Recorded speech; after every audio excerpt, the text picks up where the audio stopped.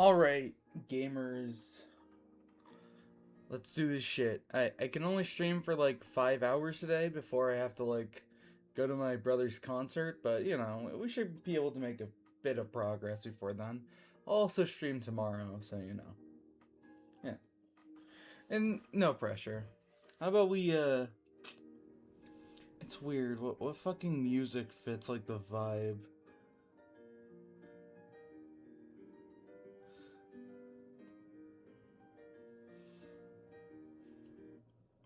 It's weird. I just want to play 12 a.m. because I know that how about this? How about Nico and the World Machine? How about that?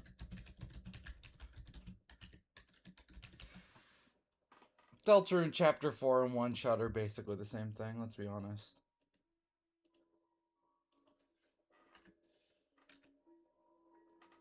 Thoughts on 20 millions killed by you? Okay, whatever.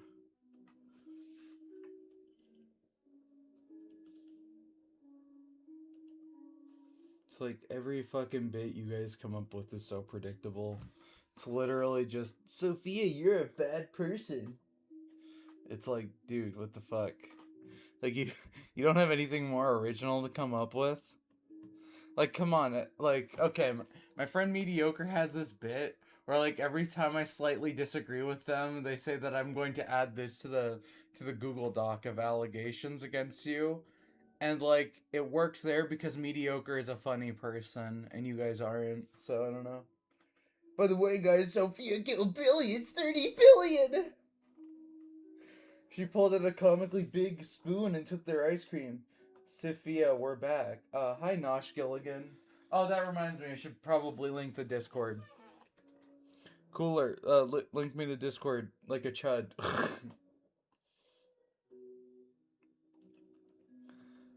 There we go. It's right there. Copy text. There we go. Who? My friend Mediocre. You know, Mediocre Productions, they come in sometimes. They, like, rage bait the shit out of all of you guys. They joined the Discord server one time and started glazing Majin Buu, and it was really funny. And then all of you, like, got, like, fucking soy jacked. It was crazy. Anyway, I forfeit. The doctor proclaims with confidence. We're just gonna reread everything from up here to the rest of the thing. We're gonna get any typos we can, and then we're just gonna move on. I think we're going to, we have to, like, make it clear that, like, Chris and Birdley's only, like, comfort system as for right now is each other. And then, like, we really need to build up this relationship before we fuck it up, dude. We gotta, like, bring it to the natural height. To, like, the highest it's ever been. We need to make them, like, borderline, like these two would probably get married, and then, like, bam, we just, like, irreparably damage it. Let's go. Yeah.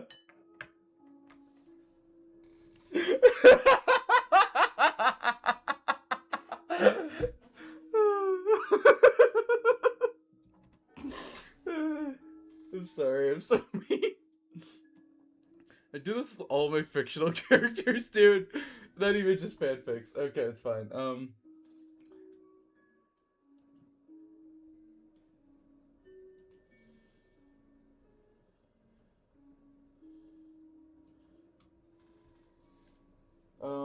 Would you, Sophia, is the opinion basher? I forgot how much of a little comedian you were, streamer. Fuck. Currently divorced real. No, it's not going to be a divorce. It's more or less going to be like Chris decides to do the roaring. And then Birdley is like, oh shit, I need to stop the person I love the most. Okay, I need a comparison. Imagine if Eren and Mikasa actually had a relationship before the rumbling. There we go. That's what we're doing. Do we have chapter 3 playthrough instead? No. Alright. Would rather ask Sophia, the attention seeker, the opinion basher. Hi, Jebel, Chaos.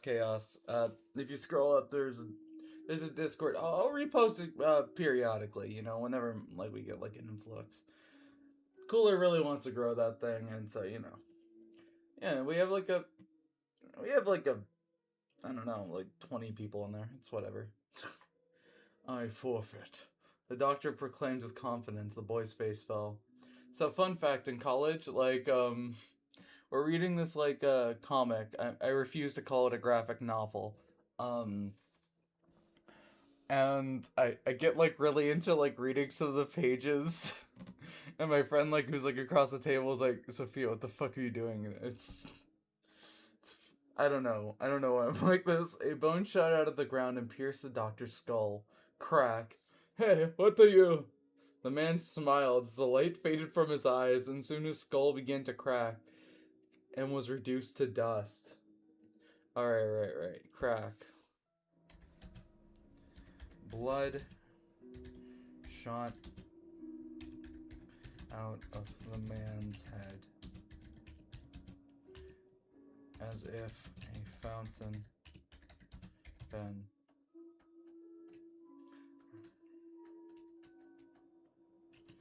As if shot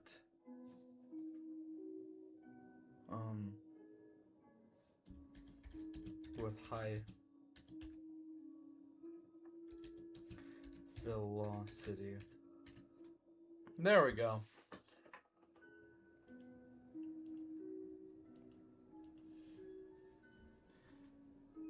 Sophia, I finished a part of my Mega Man fanfic series. Bonus one shot because I had a full plot hole. You know what? That's fair. My Discord hates me. I can't join invite only servers. What the fuck? Oh, hi, Birdly. Ridley stepped back, his eyes wide, his mouth agape. A doctor's dust blew gently away with the wind, and all of a sudden, the only thing Birdly could hear was a loud ringing noise.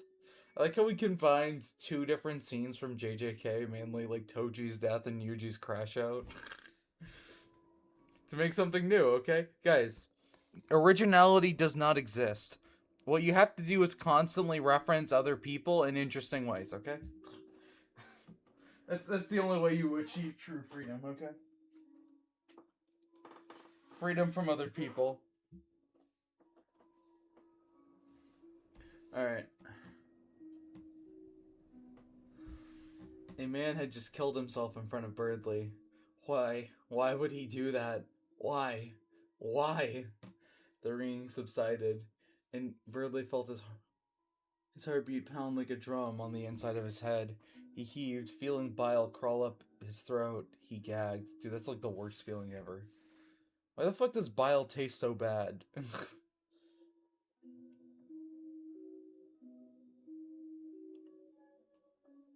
Sweat fell down his face as he began to breathe heavier. Was this his fault? Was he responsible? What was he talking about before he... Birdly coughed and then fell to his knees before throwing up. The bitter taste of bile poisoned his mouth. Why did you do that?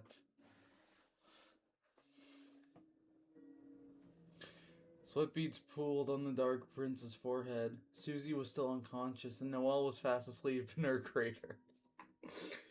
I'm sorry, the way that's worded is funny to me. She looked so peaceful. That Rouse felt rather guilty that he would have to wake her up soon. Drip. The sound was faint and yet echoed in the vast empty halls of the hospital. Rouse, however, felt a slight panic at the sound. He turned his head frantically, trying to identify the noise. Then he looked up and saw the backside of the staircase. Above him began to warp like a teardrop until it fell and splashed on Susie's face, waking her up.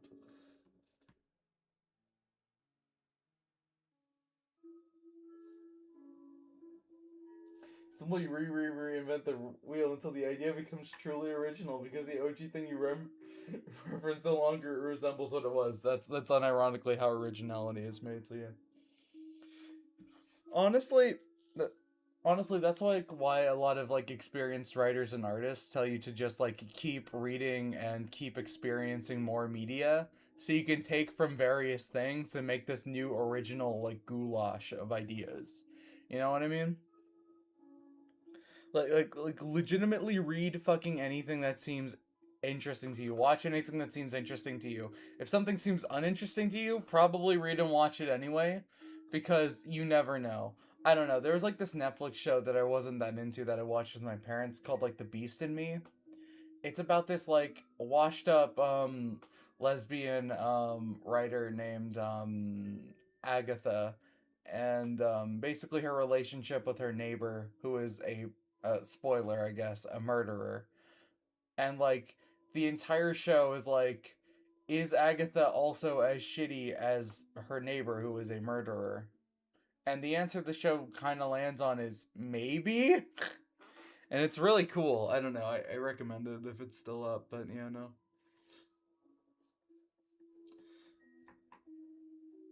Oh, what the hell? It's been a while since I did the Susie voice. Susie said in a groggy state. This, of course, concerned Ralsei. Susie needed rest. She had just been through hell. Ralsei, did you just fucking throw a rock at me? The hell, man? Sophia Cornball takes inspiration from Netflix. I linked my fanfic on Discord. Okay, I wrote a horrible Deltarune fanfic once. Okay, so here's the thing. Cooler. Here's what we need to do. We need to make like a channel full of like fanfic submissions, and then just like make streams reading other people's fanfics. Is that like my life now? Is that what we're doing? Okay. She's addicted to Daddy Shankar. Who the? Okay, Addy Shankar is the guy who made like Devil May Cry, right? I've literally never seen the Devil May Cry show because it looked really lame. So no. I saw Castlevania and I didn't like the third and fourth season. So like if it was by like the same creative team, I just assumed I wouldn't like it because it's like it's the same reason I haven't watched Castlevania Nocturne really.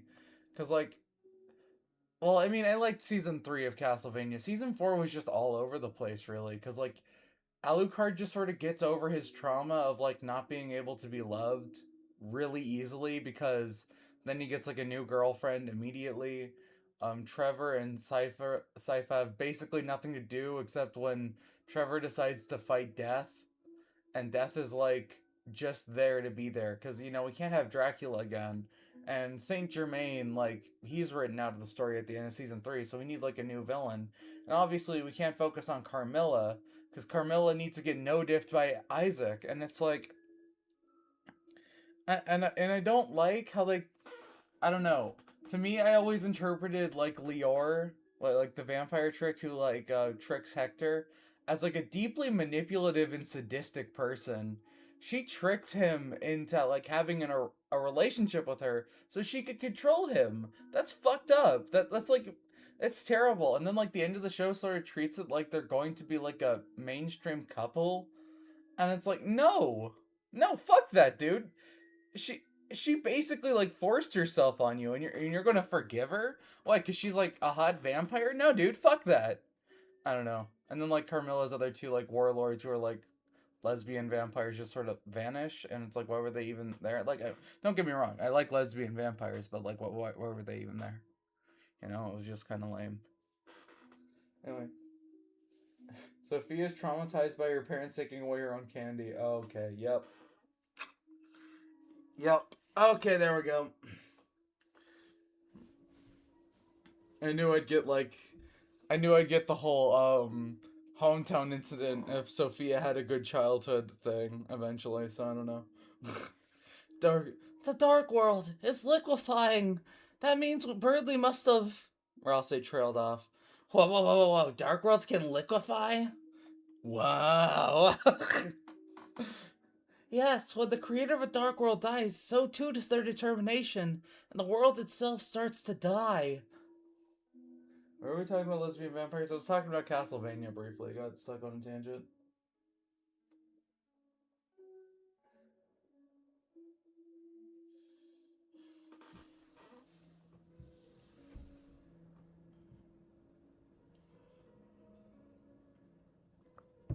I don't know, like, here's the thing. I go on, like, a lot of nerd rants, and, like, it's kind of hard.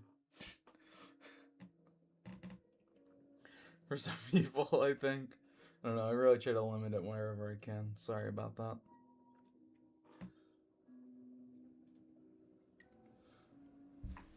Rosse looks over to Susie, who was scooping up heaps of rocky goop and shoveling it into her mouth. Rosse sat there dumbfounded. Susie, what the heck are you doing?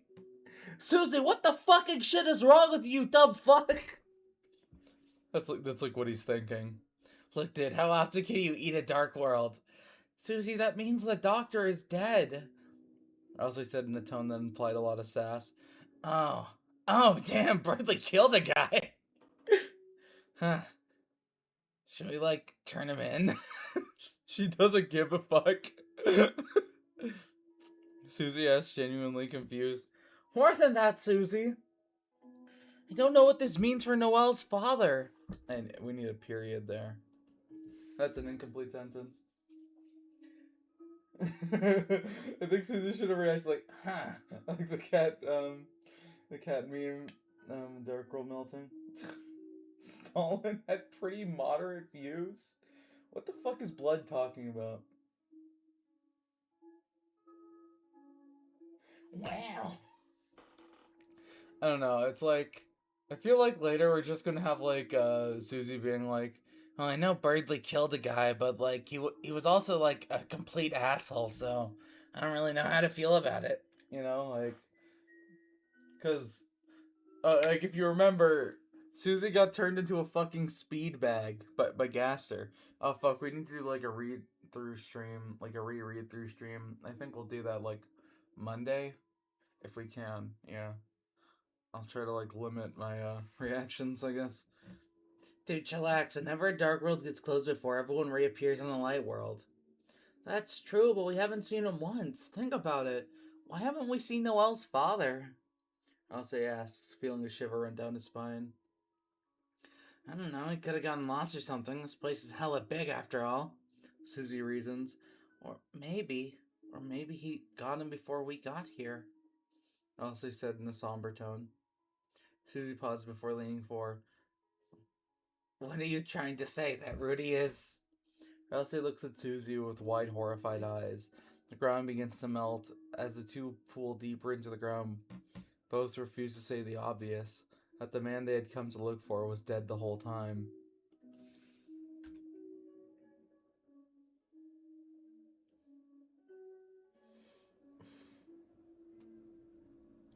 Guys, okay, can we, like, stop simping for, like, dictators from, like, the 20th century? What are we, Attack on Titan fans? Come on, guys, come on, stop. Stop it. Okay, like, I named myself that when I was a 17-year-old edgelord, okay? Like, come on, get over it. I've moved on, okay?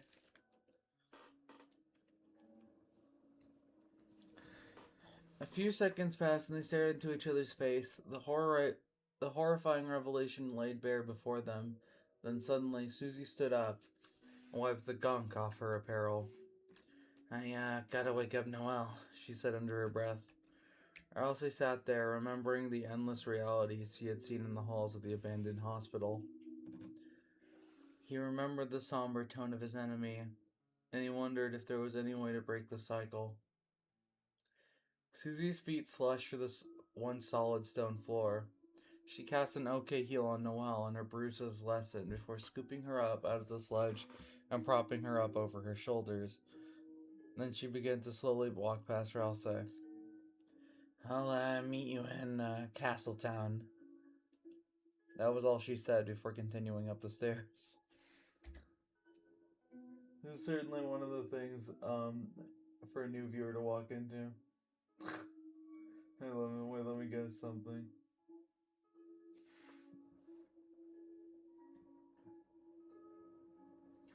I'm sorry, did like new viewers join? Rouse felt a twinge of despair, but he understood it all too well.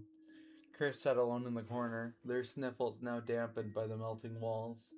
It was all their fault. This was always going to be their fault. That mad bastard had doomed them. Chris could not die. They were nothing but a slave to their soul's whims. If only they had more control. If only. They were free. They remembered how much easier things were back when Des was here. We need to do a Des flashback arc. I'm sorry. We just do. Like as funny as it is to just like have her be like killed by Undyne in chapter 1, she's like kind of like a central motivation for like 5 characters. So like exploring the woods with Azriel and Noelle and her. They remembered exploring the woods with Azriel, Noelle, and her. Why? Why did there have to be a man behind the tree? Why did there have to be a roaring night? Why did their mom have to destroy their home? It was so easy to feel alone.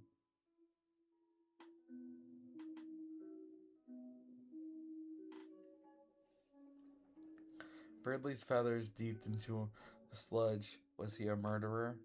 Why did the doctor tell him about the shelter? Why did this all feel so familiar? He was cold. Ever since 6 months ago, people kept dying. Why? Why? As the walls descended, as they melted in the as the walls descended that should be a comma. That's like really hard to read. They melted like snow in the morning sun. The light appeared in the dark. Suddenly, all 4 of them were inside Rudy's room.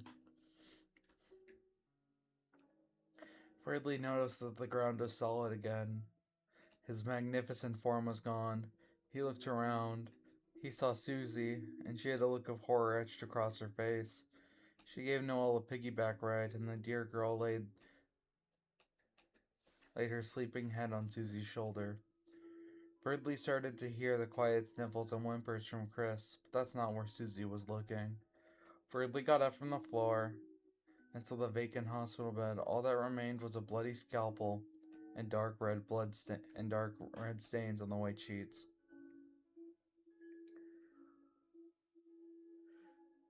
Sophia stopped the reread. No one cares.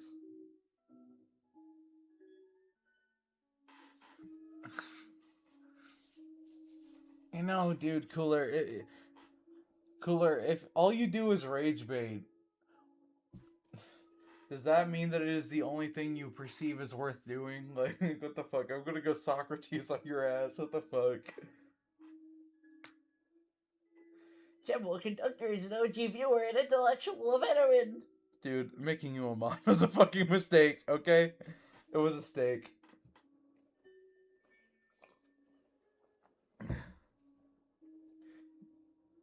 You can reread it later, Francis wants it. No, it's important to reread it so I can refresh myself. Ridley felt his face fall, and one day he had witnessed 2 murders. Besides, we're almost done. A beat-up old sedan pulled into the parking lot of Home State Maximum Security Penitentiary. The driver's door opened frantically, and out walked a very distressed young man. He was drenched in sweat. He had gotten at least 3 speeding tickets on his drive to see his mother. He bolted into the front doors. After waiting and doing some paperwork, he was ushered into an empty room by a prison guard. He was greeted by his mother, though she now looked more muscular. Her face fell when she saw who had greeted her. It was her son. God, Azriel's dialogue is so fucking stupid. I love it. Mom, what the hell, man? Oh my god, he's such a fucking dumbass. He's such a goober.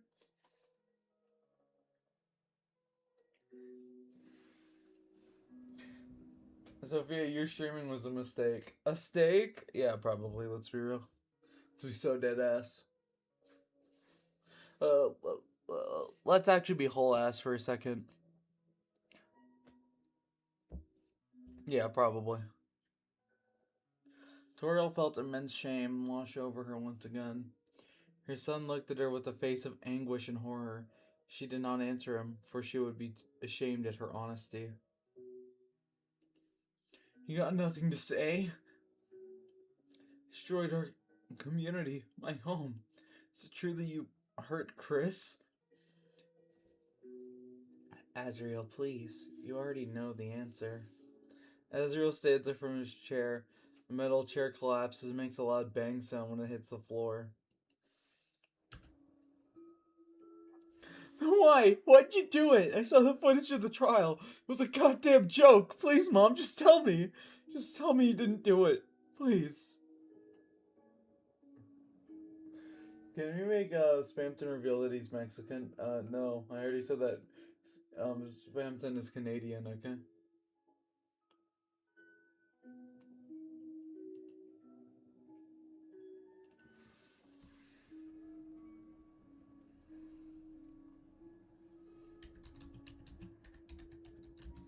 There we go.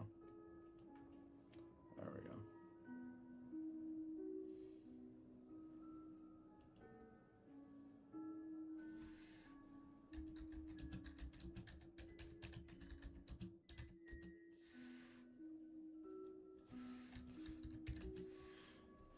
Okay. Sorry, just got messaged by people. I had to let them know I was streaming. Spamton as a Mexican is not something I've considered now that you've said it. If it was all... Wait. It will all go to hell if Toriel goes into a dark world and the freedom motif starts playing. I don't know why, but I literally thought that to myself. Thought is now outside.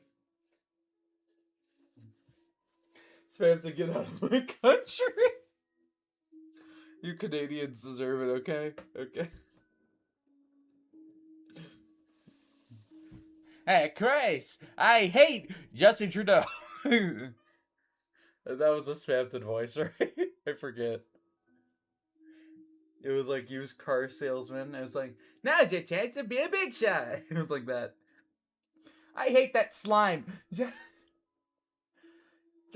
Justin Trudeau! He ruined my country! He's a failure.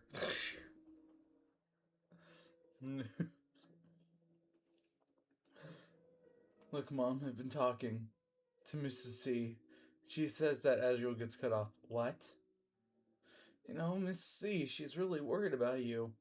She just knows that you got a lot to deal with. She's trying to prove you innocent. She told me the footage was faked, Azriel explained. Fia, what do you think about clavicular? What the fuck? Isn't clavicular that guy who, like, beats his face with a fucking hammer, dude? I don't know, man. I don't think that's healthy, you know?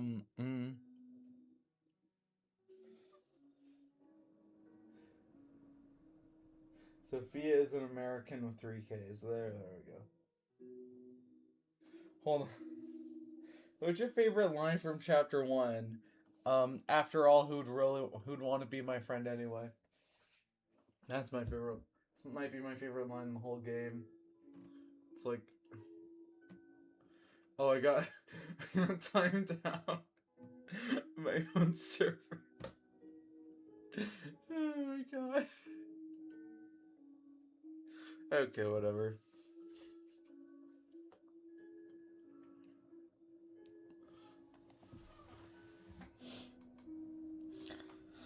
Toriel was flabbergasted. She didn't know how to feel. Why was Carol covering for her? Why? Was it just really for old time's sake? Yes. Why would she go that far? To try to... Why would she go that far? To try to rig her trial? She... lying? Why was she lying to her son? Wait, didn't Clavicular overdose recently? I don't know, man. Clavicular is a looks maxing god. I want to hear your opinion of peptides and bone smashing. Bro, what the fuck? I know it's rage bait, but like, come on, man. What province is Swanson from? He's from Alberta, Canada, dude.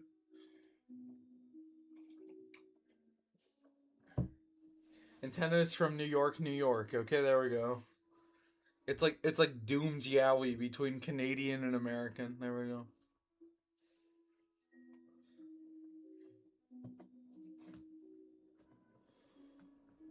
Spamton is from Spamton Land, where everyone is a big shot. No, the entire point of Spamton's character is that he's not a big shot. What the fuck?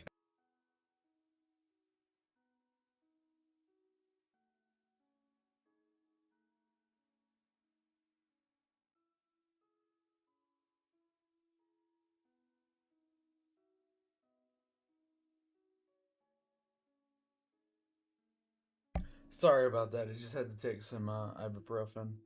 Got a little bit of headache. Guess you could say I'm headache maxing. Alright. Toriel stayed silent. She was confined to her fate a few days ago. Yet the trial, despite the fact that it had failed, gave her hope. Truth was, she knew how horrible those things were, the crimes she had committed.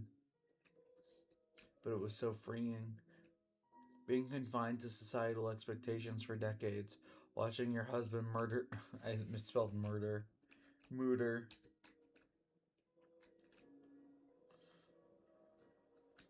Had. Purely because he had connections to the police. The grating monotony of normal everyday life. Having to settle for a convenience store owner over anyone else. Truth was, Toriel liked it. She liked leaving it all behind, burning it all to ash. Feeling the number go up. It scared her in the moment when she started letting loose. Beating Bradley to a pulp, but in hindsight, what did she have to fear exactly? Compared to those small people, she was a god. But she knew it was wrong. What was she to do?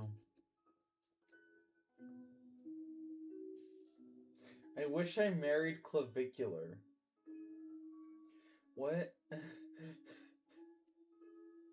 It's okay now to glaze Clavicular. What the fuck? What are we doing? Stop glazing fucking looks maxers, okay, guys? What the fuck? Guys, okay, can we like stop? Miss C told me she could move you to another prison or something, like a nicer one. But I just want to hear it from the goat's mouth. I'm sorry, that's a funny line. Did you really do all that? Is she lying to me? I don't know who to believe anymore, Mom. You and Chris, you're my world, man. And just, please tell me the truth. He talks like such a fucking idiot, dude. I want to kick his ass. I simp for Napsabluke. Sophia, you're a true MTB, mid-tier Becky. Sophia looks mixing. One of my friends recommended that I do like a stream where it's like, do I mog serial killers? So I was like, so she was like, okay, you clearly mog Jeffrey Dahmer and the Zodiac Killer, and I'm like, okay, but Richard Ramirez mogs me. And I'm like, I don't know if I could do that. Like, so much of my audience is like entitled 12-year-olds. I don't know if I could get away with doing something that edgy. I don't know. Oh my god. Take ideas from your friend instantly. I have to use like the 2 good photos of me that I took when I was like 19. There we go. The ones where I like kind of look somewhat rizful. I don't know. Take ideas from your friend instantly. Maybe.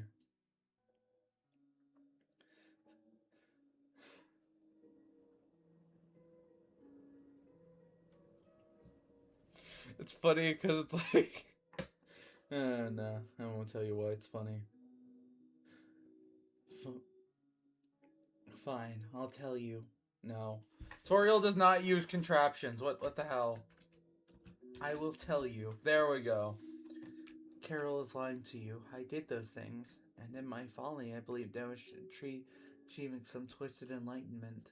My child, I am not to be forgiven. I do not know why Carol Holiday has told you otherwise.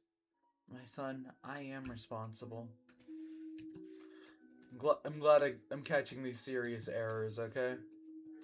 I couldn't publish a fanfic where Toriel used a single contraction.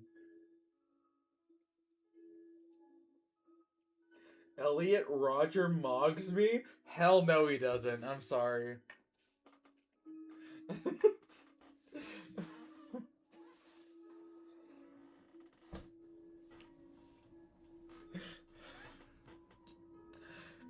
I think I mogged the Unabomber. I'm gonna be completely honest.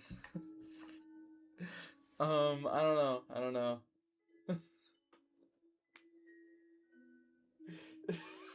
This is so dumb. I don't know. Like if I also did a stream like that, it would be like incredibly disrespectful.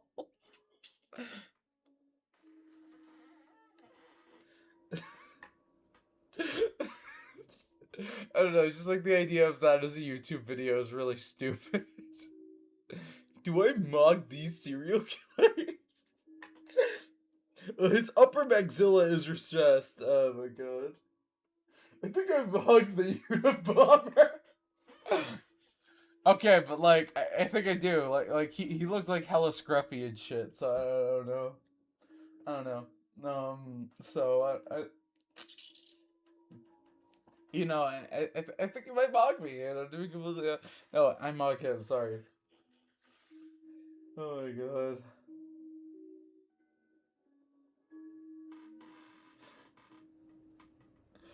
Jesus. I don't even think Elliot Roger counts as a serial killer. He only killed like 3 people because he's a chud. Well, I mean, let's be honest. If you kill anyone, you're a chud, okay? Like if you kill anyone, you're a complete chud, okay? Like let's be dead ass.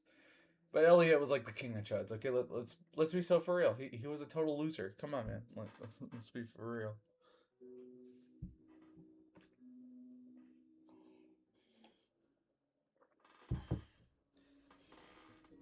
You hurt Chris and Dad?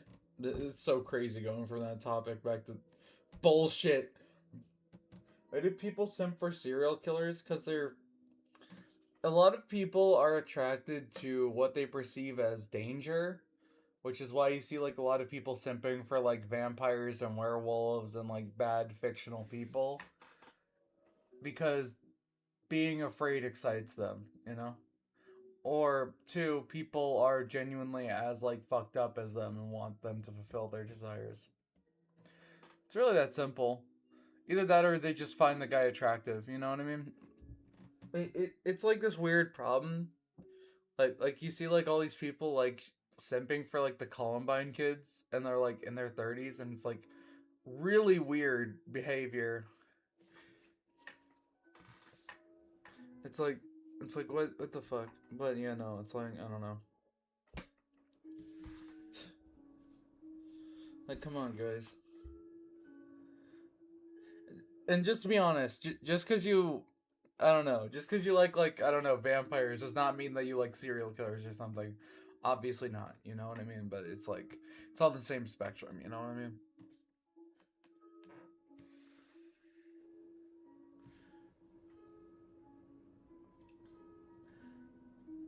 Yes, I won't lie to you, my child. I will not. Oh my god.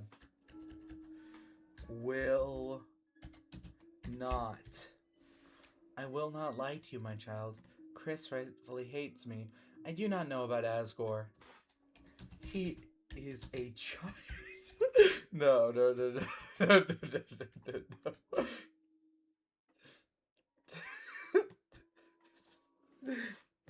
Asriel, your father is a chud ass bitch. I saw him fucking Rudy.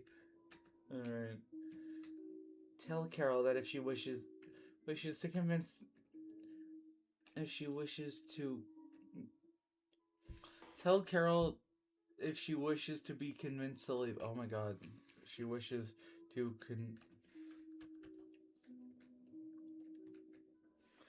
convince me to leave. She should do it herself. Toriel looked up at the anguish-ridden face of her son. He was staring at the floor, tears running down his face. I knew she was lying. Deep down, I did. I just didn't want to believe it. So hard to move forward since Des vanished, and I'm sorry, Mom. I'm sorry for being an idiot. This is character development. He starts out as, "You idiot!" And he goes from, "I'm the idiot!" I missed the Flowey voice. That was so fun. You're a chud. You're a total loser. Toriel didn't know how to respond. She just sat there listening to her son sob. She wanted to comfort him, but she knew it wouldn't make much of a difference. Who would want to be comforted by a murderer? Probably Sans fangirls.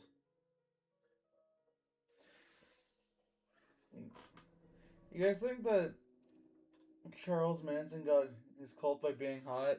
He got it by being charismatic, okay? I'm not sure how anyone could find that guy attractive. When the fanfic has spelling errors! Okay, we have 0 viewers. That's great. Okay, fish.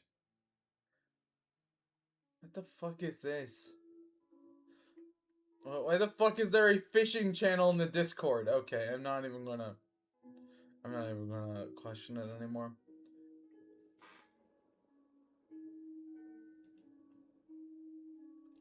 Azriel wiped his face with the sweater sleeve, turned around and left the room. I'm gonna go clean up the mess you made, Azriel said, and then he forced a smile. I'm gonna make sure we can all get through this, okay, Mom? Toriel felt the seams of her mouth curl ever so slightly into a familiar, patient smile of satin.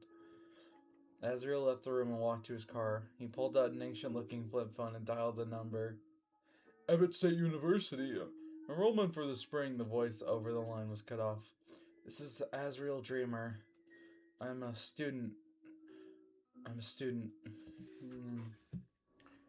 Here. There we go. I'd like to drop out. There we go. That's not at all how these calls go. Like, schedule a meeting with your advisor, but I'm not writing like 3 fucking pages of that.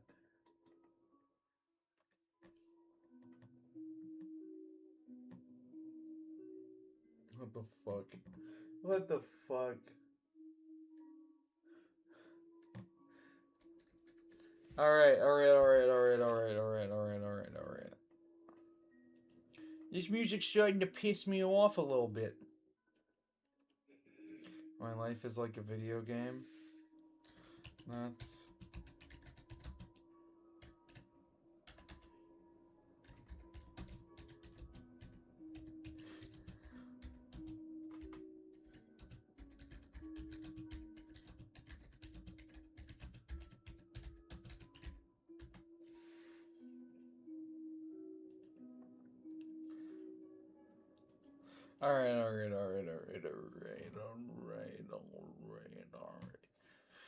Alright.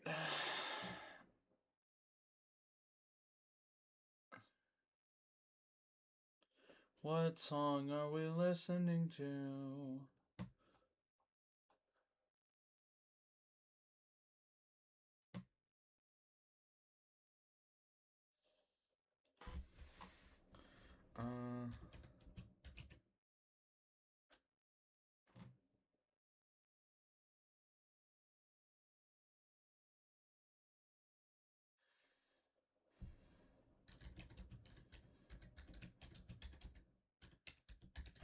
There we go.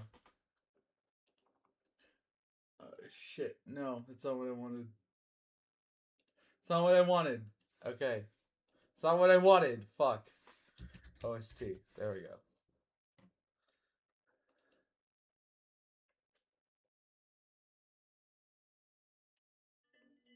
There we go. I like the song.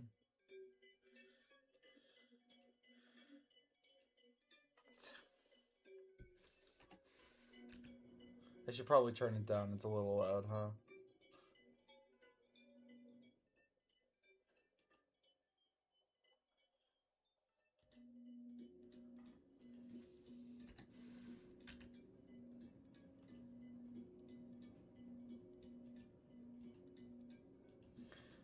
I need more money so I can play more depressing RPGs. Whatever. He makes AI slot. Tom McDonald, Kevin McLeod. Kevin McLeod makes cringe AI slop? What the fuck? That's like the biggest fall off of all time.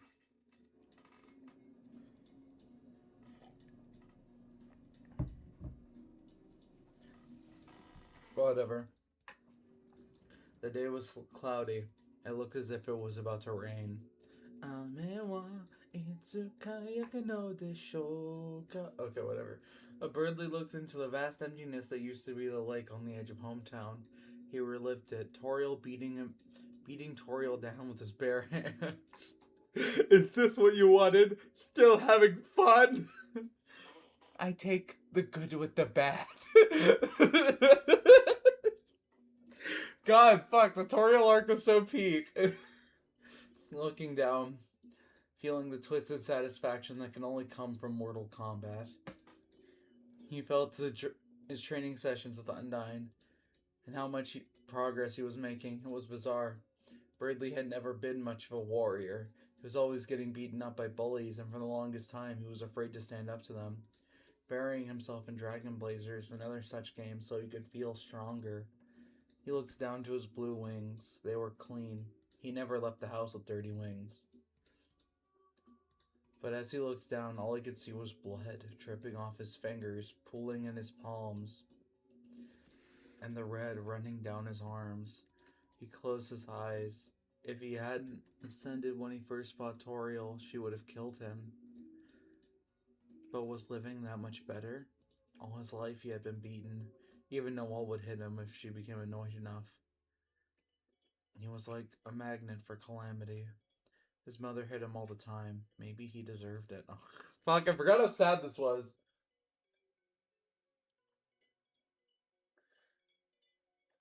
I've had my art put through AI without my consent. Fucking same, Jevel, dude. So I made this comic one shot. I might show it on stream sometime. It wasn't really meant to do anything. Everyone in Discord's already roasted it. But basically, it was like one page. And it was basically meant to convince my family that I could actually make comics. And, like, I had no other plans for it, basically. And,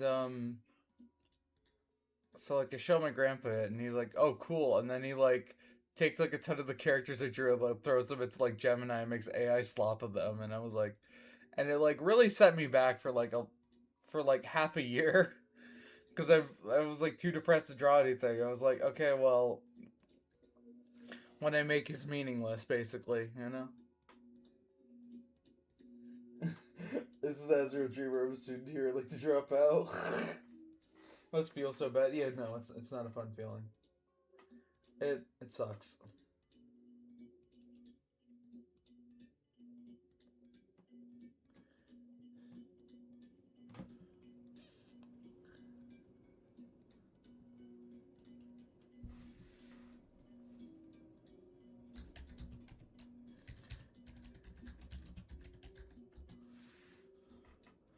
Okay, he opened his eyes, looking onward into the vacant pit where the lake once laid. He had met a weird monster there, Onion-san. Birdly remembered how off-putting and lonely they were. When he saw Onion-san,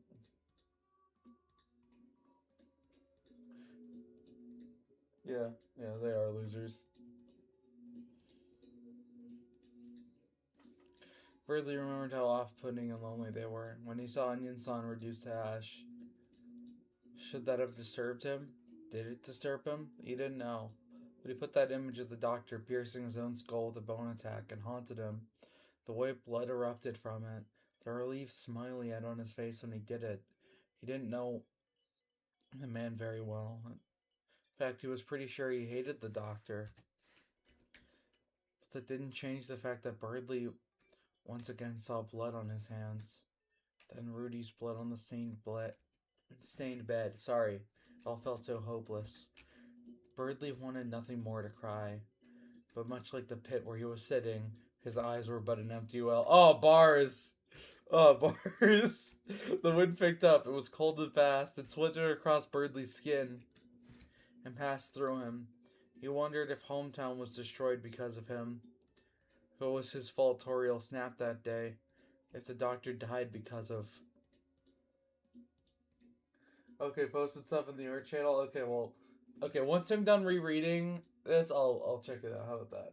I'm too scared to put my art online now. I don't want it to happen again. You still should put it online. And you want to know why, Jevel? Because even if people act shitty towards you, the chance that people support you is much greater, you know? If you post your art to communities where artists are around, then you will be supported. And if you are supported, you will be encouraged to make more art. And more art is objectively a good thing. Art represents human expression, and human expression leads to human change. So, yeah, I don't know, you should post your art. I understand it's traumatizing, but you should post it. At least show it to your friends or something.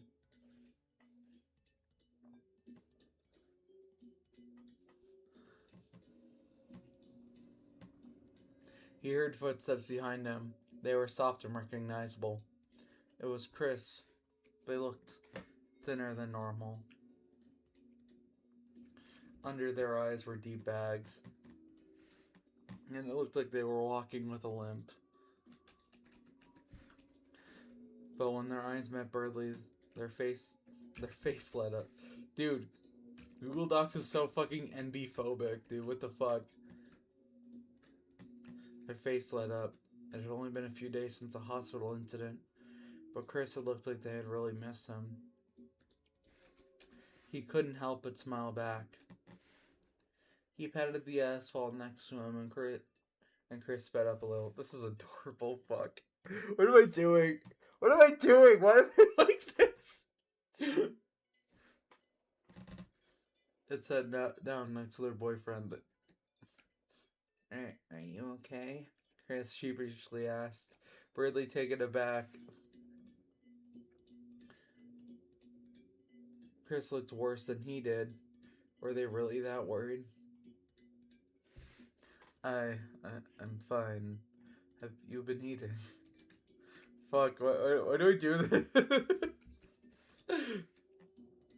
And made an uncomfortable silence followed. What the fuck is this?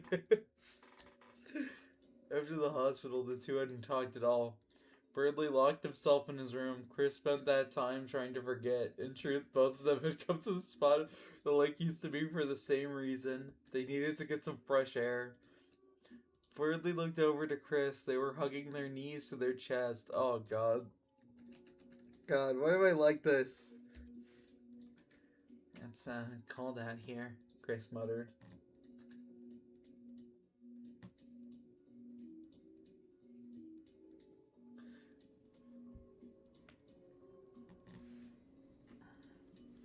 Birdley looked down to the pit, then tore his eyes away from the abyss.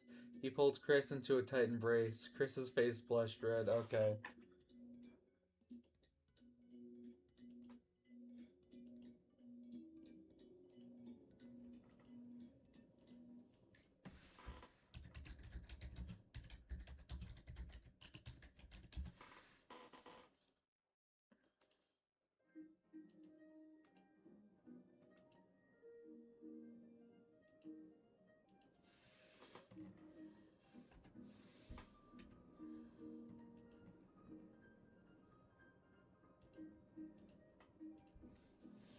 Alright.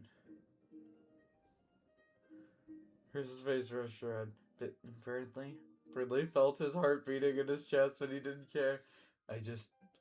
Fuck, Guts' theme probably would have been better. Fuck it. Curdly, yay! Curdly! We're playing Hangman with a bunch of people who don't know how to spell. That's like the average American, like, second grade experience. What the fuck?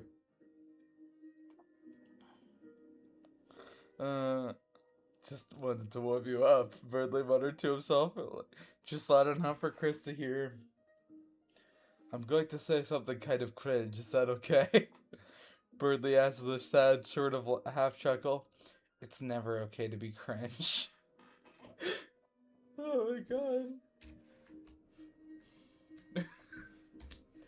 Chris said with a half snort. Oh my god.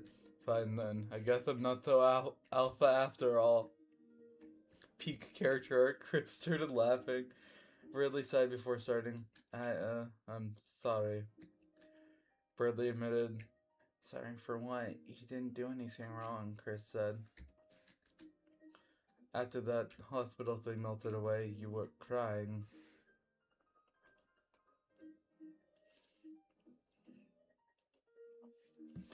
And if I had been with you instead of fighting that guy, I could. Sorry. Could've. And then Chris is like, Suze and Raul would be dead. Dumb. Okay, we're going to like come back to this later. But first we're gonna look at some epic art, okay? Okay, we're gonna look at some epic art.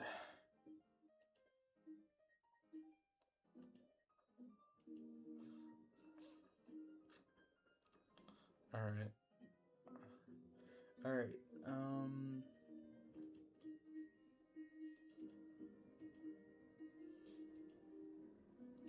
Alright, everyone. This is the fucking server. Guys, if you post like slurs right now, you can get me canceled. Alright. New SHS character design, lore stuff on my YouTube page. Oh damn, dude! Now I gotta go to your YouTube page. Oh, okay, whatever. I like the design. It's pretty peak. We're loving this. Okay, so we got like the pentacle on like the onesie here. I like the little fluff coming out of the ends. It's very indicative of like pajamas. I don't know. I think it's a solid design. I like how the blue contrasts with the red. It's pretty good. Alright. I think I might be gay. Not 100% sure. What the fuck is chat talking about, dog? Okay, let's see what. Okay, Sophia, stop saying racist things in my DMs for fuck's sake. Alright, cooler, fine. I'll fucking expose our DMs. I do not say fucking racist things. He's lying. He's lying. Alright, whatever. Let's boot up Phone Woman's YouTube page. Feathers, okay. It's feathers, okay, I see. So let's go to your channel for the epic lore. For the fucking lore, dude.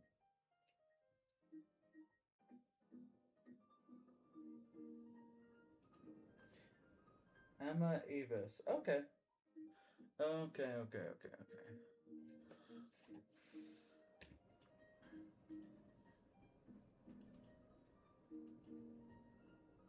Where the hell is this? There it is.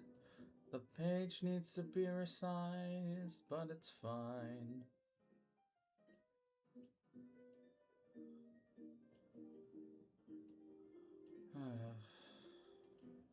Alright. Lore time. Emma is an ex-member of the Heaven Mech Operation Division. Yes, Heaven has mechs, don't worry about it. They totally won't be a massive problem. But she fell and was banished for Heaven for having a romantic relationship with another girl. Oh, okay. I see what we're doing. She's wearing a cursed mech operator uniform. Dude, I could do something so funny. And piss you off so much. I hate Marie Antoinette.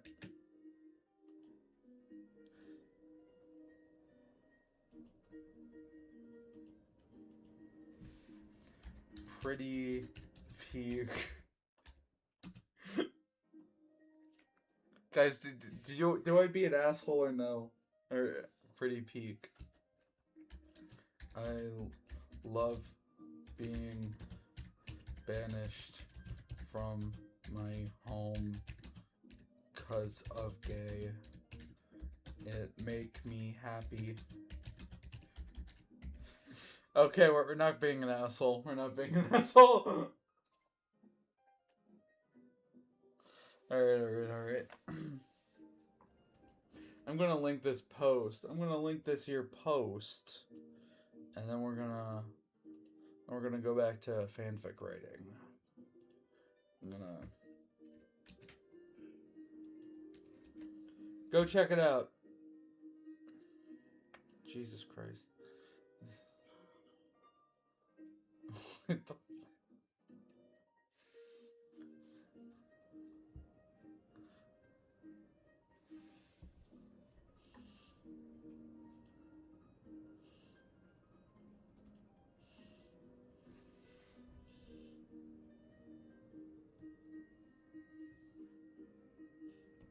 Okay, give me a sec.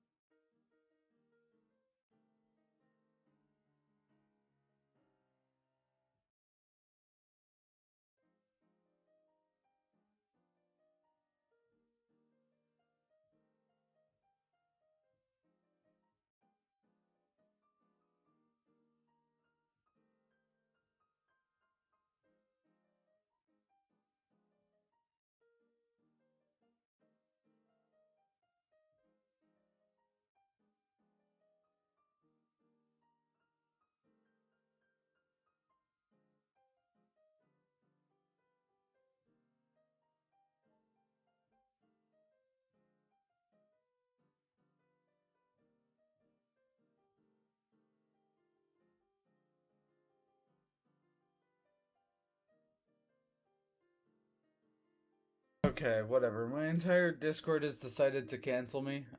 Whatever. Like, as a meme, I think. I don't know. If I keep feeding into it, next one is Joan Doe. Okay, cool. Let's, I keep changing the fucking music.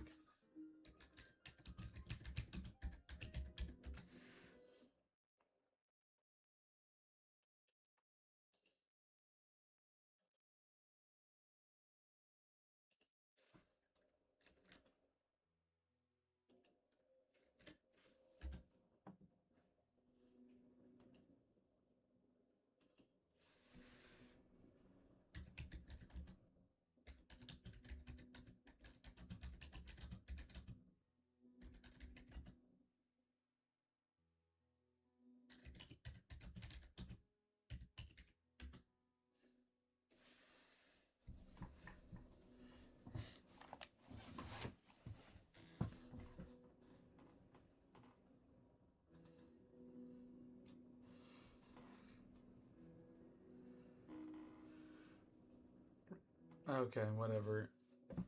I'm gonna... I'm gonna ignore this shit. This is, like, really stupid. Go back to streaming. Okay. Okay.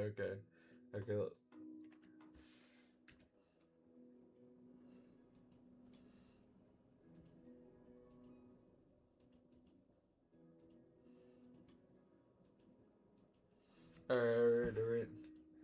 Alright. I could have. There we go. 2. So over for streamer. No.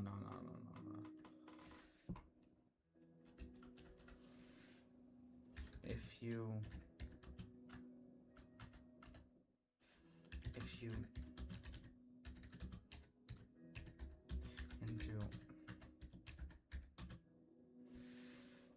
didn't step in to help, the others might be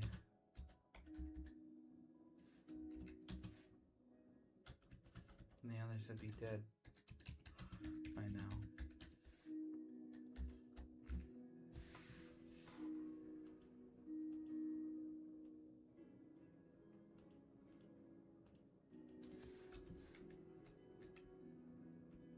There we go. Okay.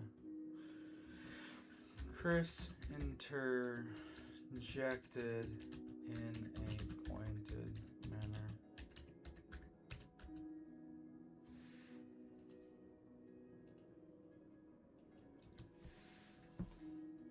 Alright. Like Boars server, okay. We're up for 1 second. Where are their LARPers? Natural art.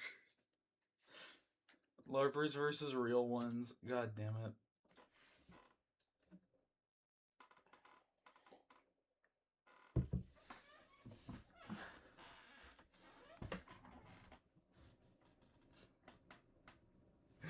Oh god. This is pretty gay. Okay. The others would be dead by now. Chris interjected in a pointed manner.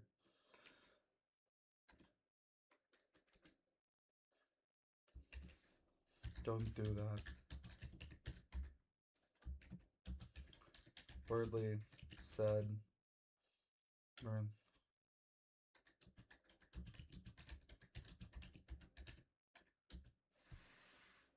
Hey, I didn't loop the music. Oh, give me a second.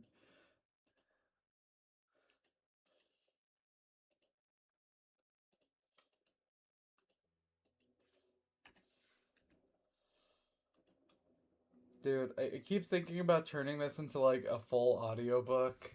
And I just like wonder what like the average viewer of mine is gonna think of this shit.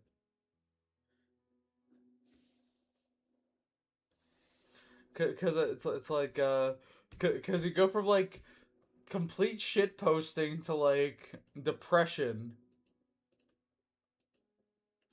I said softly. Don't do that. Do what?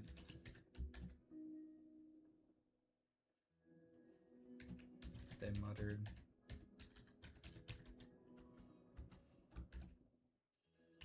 Act like they matter more than you.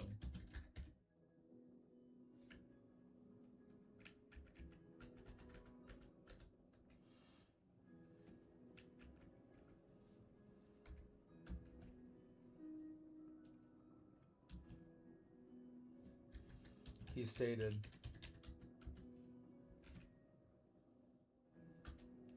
Chris cringed.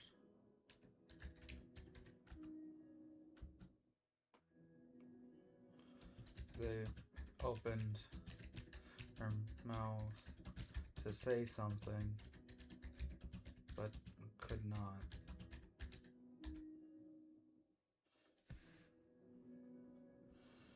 Chain of Justice, Spear of Justice, Hammer of Justice. Are there more justice I should know about?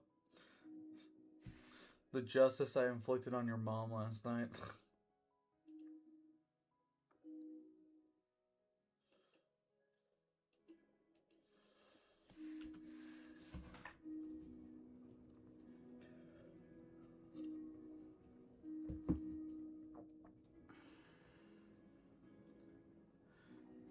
Sophia Mussolini was a black socialist.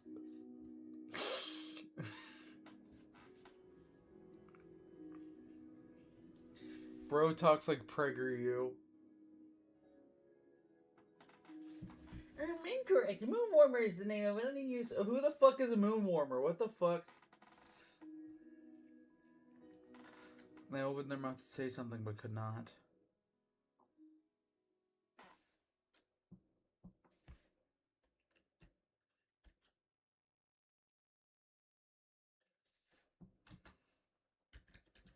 Ridley was right. All this time. They had treated everyone if they had mattered more.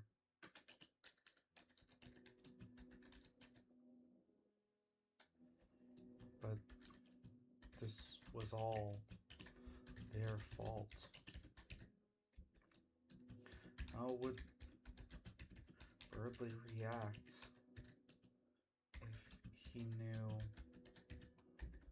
that the reason why Rudy had died was because of them?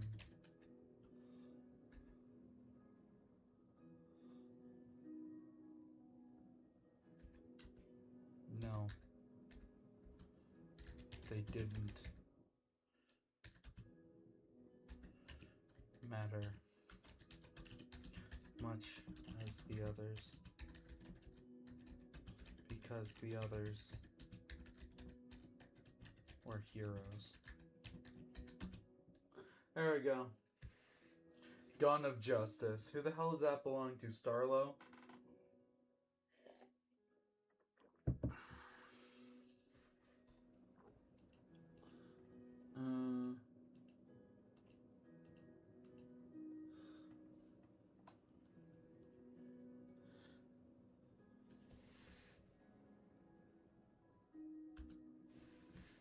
The guilt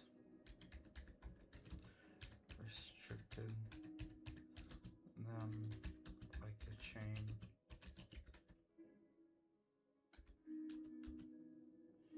Birdley continued.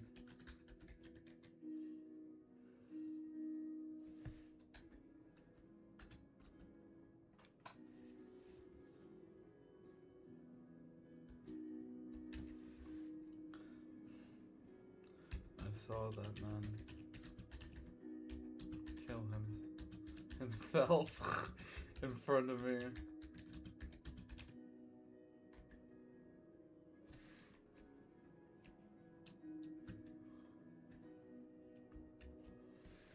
Birdley continued.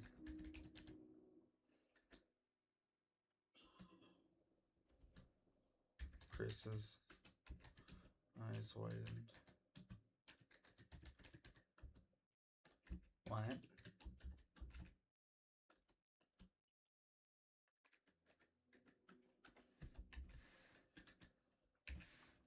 He looked at me like he was happy. Happy to die.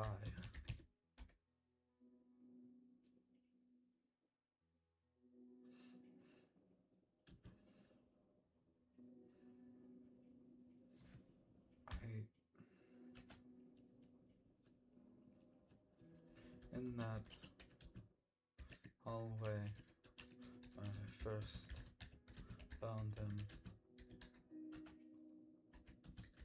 there were these screens playing.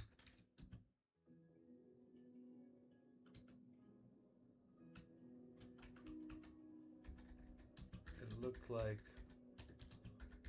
they showed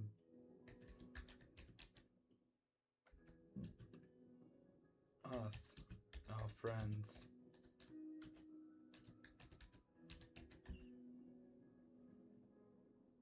I don't know what that means.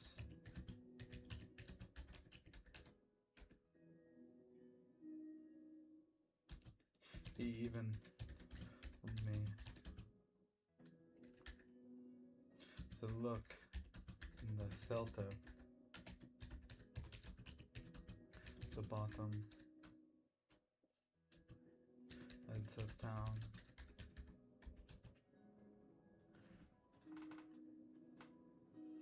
Okay, so I realized something when I ended stream last. So, okay. Undyne went to the bunker and survived, meaning she's seen the inside of the bunker and probably knows there's a dark world in there.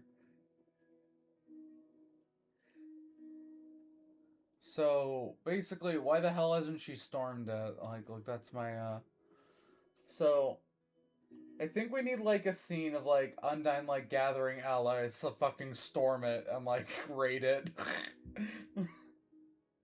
I think that, like, maybe that's, like, oh, fuck. Like, because that makes sense, right?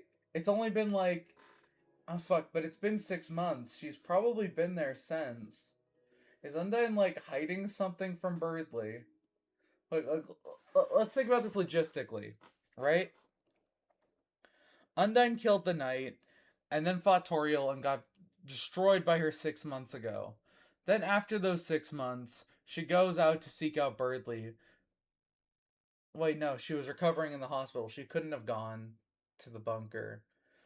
So yeah, like, basically right now would be the time where she's, like, trying to investigate it, because she's a cop, right? Why isn't she investigating it? Is she stupid? Okay. 99% of chatters lose hope before Zachary joins the server. Didn't he join the server 3 times?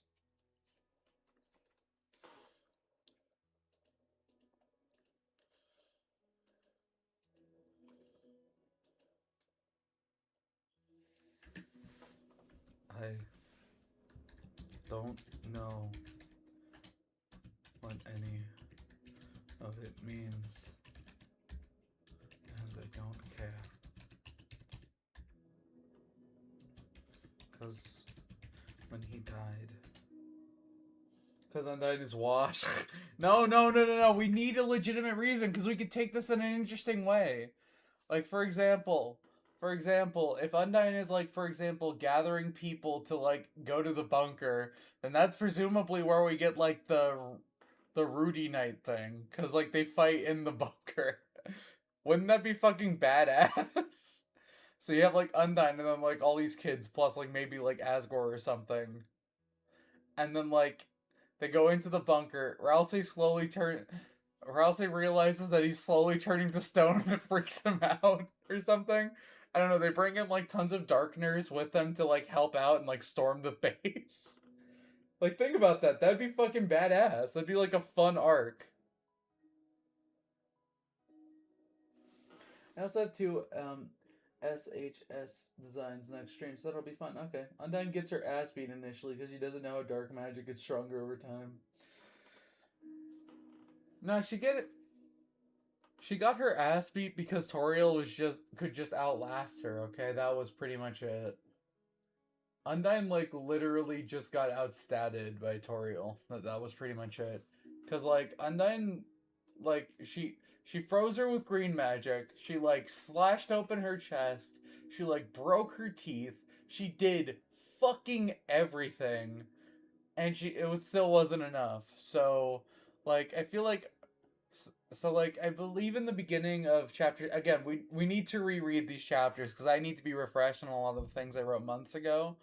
But, like, if I remember correctly, she had this scene with, like, Blue Key where she was like, I need to do better to protect this city. And that's, like, her arc. She needs to, like, become the anime mentor, basically. And that's why she's, like, helping out Birdley. I think we should, like, do this, like, kind of, I don't know if I want to present Undyne in, like, a morally gray manner, because I don't really think Undyne is morally gray up to a certain point. Like, she's willing to kill children in Undertale, but she very quickly realizes that that's wrong. You know? And I don't know, like, what if, like, I don't know if we do, like, Cecil Undyne, where she, like, is willing to, like, do anything to protect the town. Where she's the one who, like, orchestrates a deal with Toriel to stop Carol or something. I don't know. You could have her die and give her an excuse to go on dying. No, she already did that. She could do that at will. Undyne was taken by the knight in this fic, so then she probably feels like she needs to gather troops to defeat the knight because she couldn't defeat. No, but she did. She no-diffed the knight. In chapter 1, she fucking no-diffed deaths. doing wrong for right reasons, essentially. Exactly. I I don't know how I feel about Cecil Undyne. Undyne! I need to Undyne! Who the fuck is Conquest? What the fuck is this? Oh my god, this is insane, dude. What the fuck? This keeps expanding. Oh, yeah, no.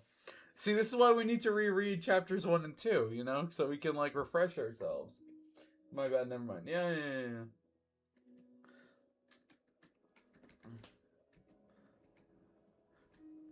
And I don't care because when he died, it showed me that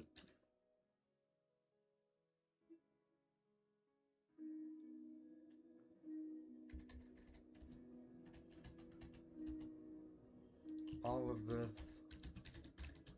can just go away.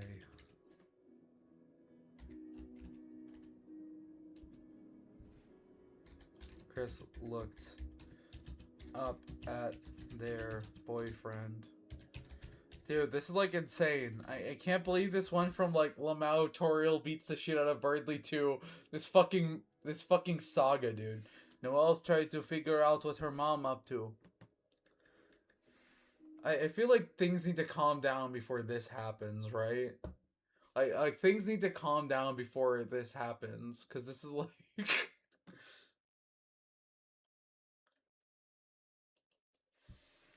Undyne starts gathering allies to figure out what's... So here's what we could do.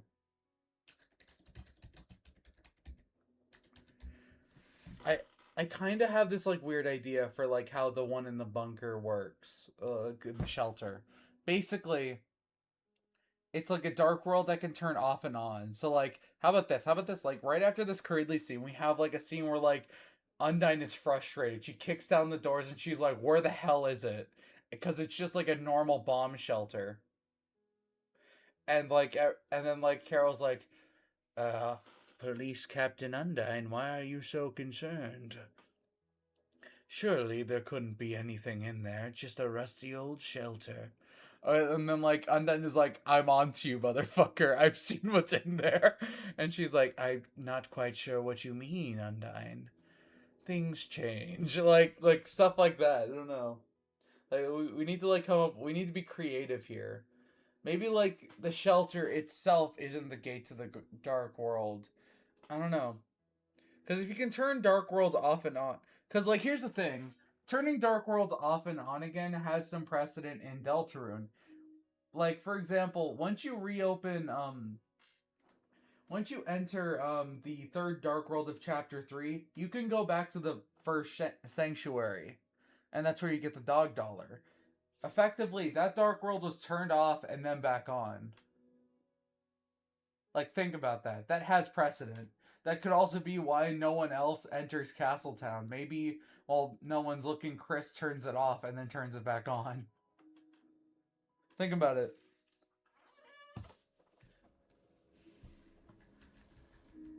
Maybe that's why Rouse has such a deep connection to Chris, because he knows what they're doing.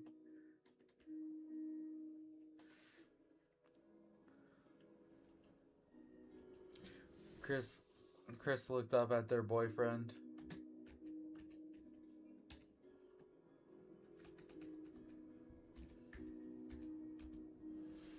His eyes were red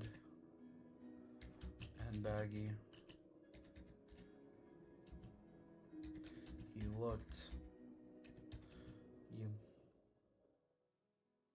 almost dead.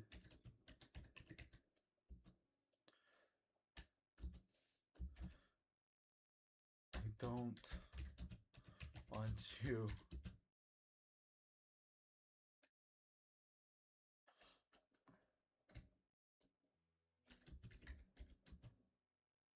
to go away.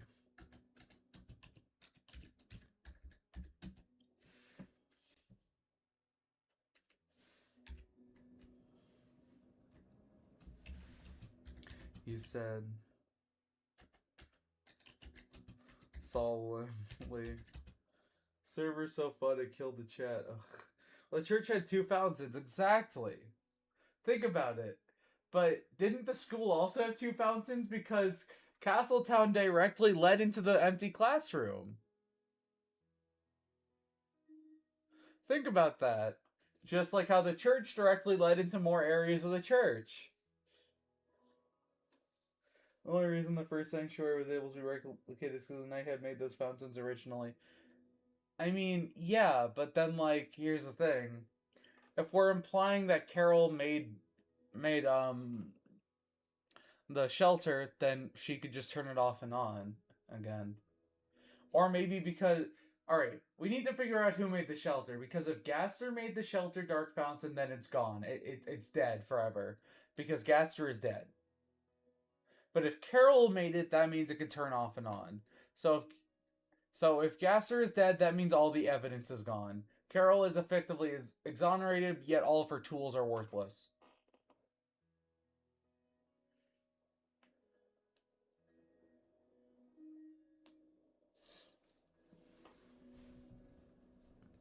So, okay. Come on, guys, work with me here. There are likely 600 fountains inside the shelter, probably. I don't know if it could be that high, because Ralsei explained that, like, that high amount of fountains in one area could cause, like, the roaring. You know what I mean? Either that or... Okay, so there's, like, a bit of confusion in the fandom. People are confused by what Ralsei means. In Chapter 4, we see that Ralsei is mortified at the prospect of opening a fountain inside a fountain. Exactly like how he is in Chapter 2. However, in Chapter 2, he also explains the roaring caused by, like, too many dark fountains existing. But, like, from what we see, it's more or less not so much the number of dark fountains, but creating dark fountains within dark fountains. Perhaps if you, like, open a dark fountain on a Titan, you just start the fucking apocalypse. I don't know. Okay, so hear me out. I think Carol making the shelter fountain is funner. Maybe I'm stupid. No. That's real. I don't want you to go away too, he said solemnly. These months have been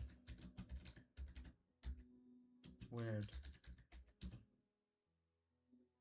But you've always been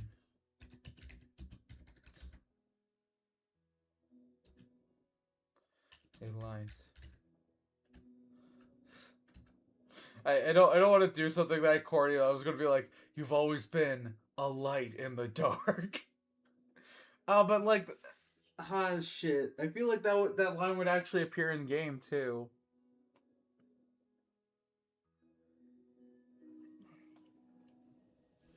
Dark worlds are made by the will of the creator, so what if they pass their will on to someone else? Which would explain why this is Gaster's bunker. Okay, but like, he passed his will on to Birdley. And he said, go to the shelter, you could figure it out. Which implies that he didn't make it. Which means that, Carol made it. 3 billion fountains for the church, Carol Trump. Okay. But you've always been...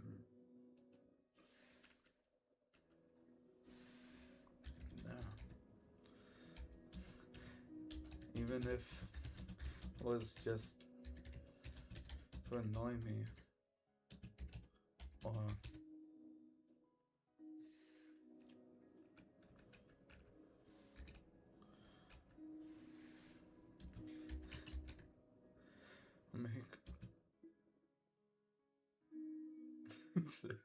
make experimental SoundCloud raps. Even if it was just to annoy me. Chris, you are my special. There we go. Technically, it's both because Titan spawns are showing up during both sanctuaries. More fountains mean more chance for Titan spawns to grow. Mean Titans grow faster than exerting. Yeah. That's probably something like that. I'm fuck it. I'm doing light in the dark, even if it's corny as fuck. And then Chris is like, "Damn, you were right. That was pretty cringe." Alright. I've always been a light in dark. And then like Ralsei's watching this and seething, dude. He's like, "You stole my morally gray emo partner. I'll never forgive you, Bertley." And then like Bertley's like, "Ho's mad." Damn, you were right. That was pretty cringe.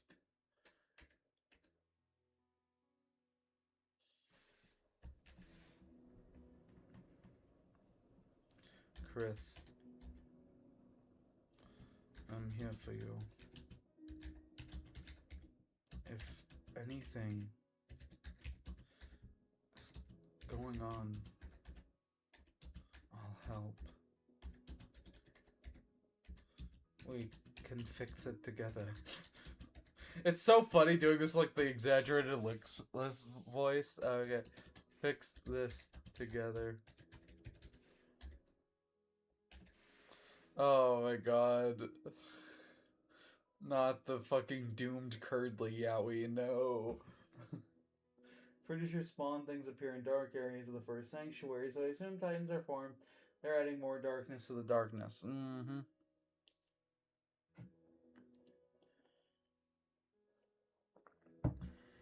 Why does Ralsei keep getting done dirty in this way? Dude, I want to do something cool with him, but I can't explain what, dude. It's weird, because it's like, I kind of feel like Ralsei's kind of like, okay, if we're like doing the Attack on Titan metaphor, I feel like Ralsei kind of is like becoming the Armin of the group. He's like the emotional core of the team. He's like always sad and depressed. He's always like right, and he always does nothing wrong, and his friends are a bunch of dipshits. And he watches them all die. We can fix this together. Okay, Birdly then pecks their cheek. That's a pun, cause a peck on a cheek is a kiss, but he's a fucking bird. Oh, this is so peak. This is so peak. Are you just gonna kill him off? No, I'm not gonna kill Ralsei off.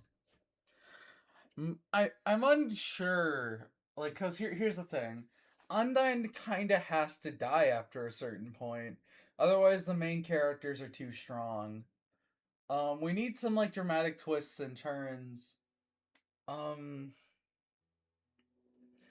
We need like I don't know. I've already brought up like the prophecy where Susie says she's going to die.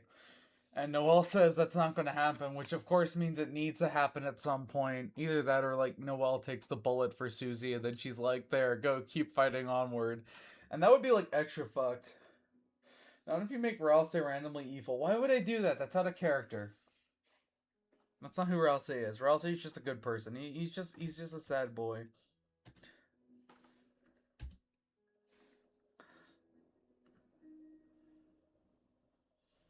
Chris blushes.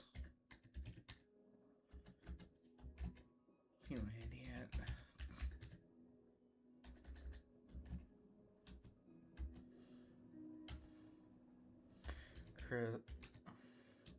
Chris thinks to themselves before kissing Birdly on the beak.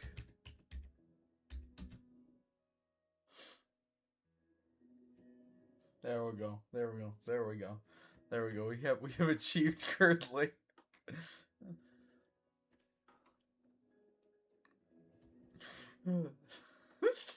This is so dumb. This is so fucking dumb. Okay.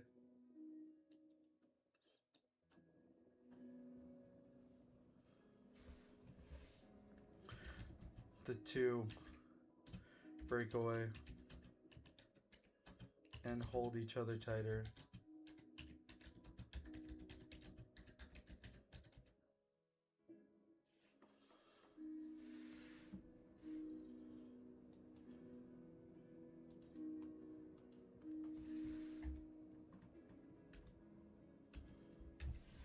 Are you hungry?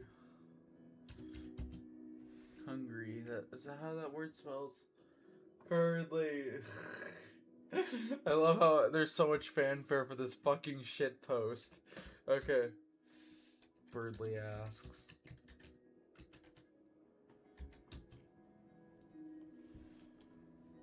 Chris sheepishly nods.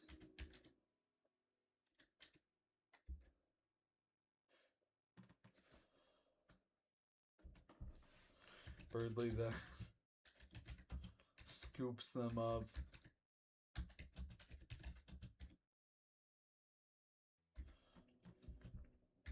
In a cradle carry.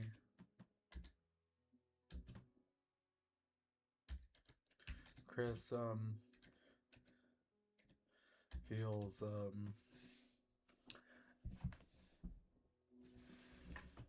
the inherent anxiety. No, wait.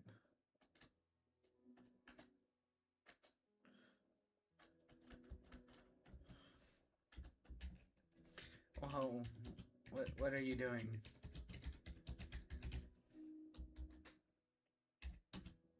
Sophia, real quick. When I was writing a fight scene in my fic, I blasted through fires and flames for 45 minutes just to get a straight feel for the action. Okay. I returned from the eating. What's happening? Okay, Chris and Birdly are like, they're kissing each other. And they're gonna go, like, eat pizza or something. I don't know.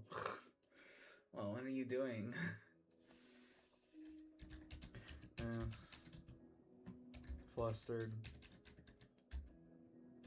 They hadn't been in years.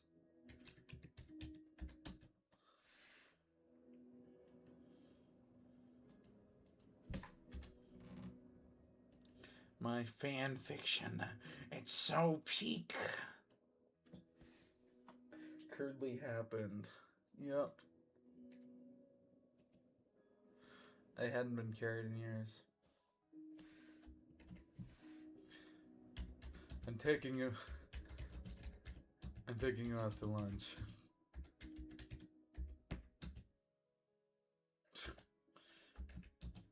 I like how we've, like, turned Birdly from, like, complete chud to complete stud. What the fuck is this? Birdly says plainly.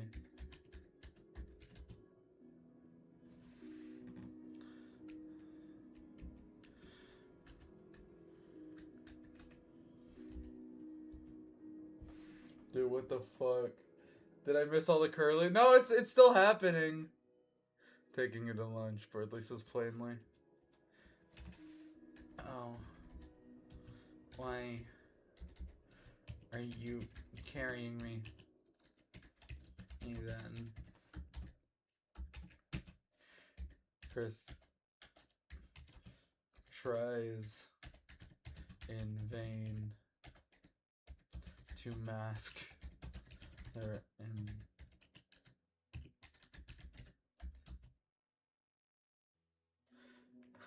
worse than the power scaling of Invincible. Oh my god, shut up. Dude, whenever people, like, bitch and moan about the power scaling of Invincible, I'm like, guys, you realize fucking nothing has consistent power scaling, right? You realize fucking nothing has consistent power scaling.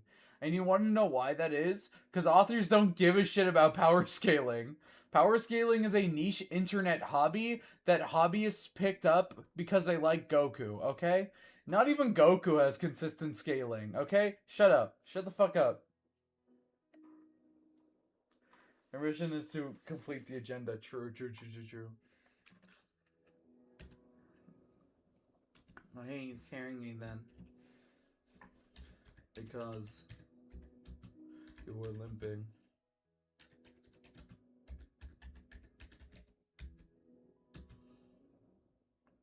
Also,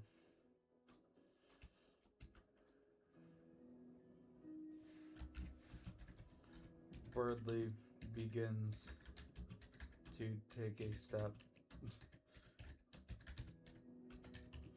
north. Power scaling is just can't be Goku though. We're taken seriously, dude. I was joking for that. You don't even mean to be. I'm not being mean. I'm just saying. I just like see everyone talk about it. Like there's like like every morning I like to watch like a little bit of YouTube while I like get dressed or whatever. And like my entire feed is nothing but Invincible's power scaling makes no sense. How can he fly through a planet but gets beat up by random fodder? And I'm like, dude, who the fuck cares? The fucking laser did most of the work. Okay, the laser could beat the laser could beat Thrag. Trust.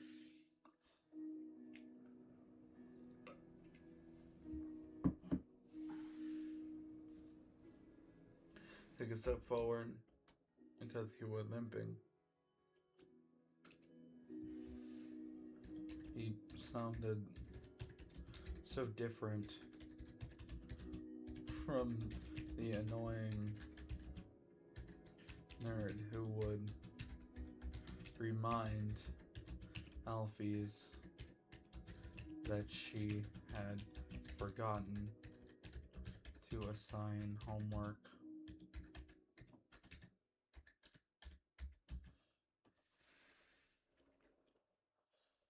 So, Sophia, do not insult my man Francis. You're asking for it now, Sophia. I'm gonna time you out for my Discord server. Yeah. Whatever, cooler. Just know I'm gonna read all your shit in a fucking poor Deku voice from now on, okay?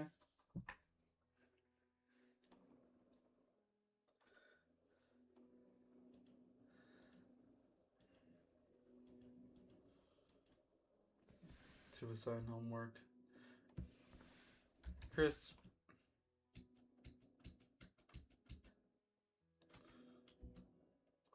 remembered the first time they saw him differently. It was the festival. As predicted, Susie and Noelle left Chris with Birdley.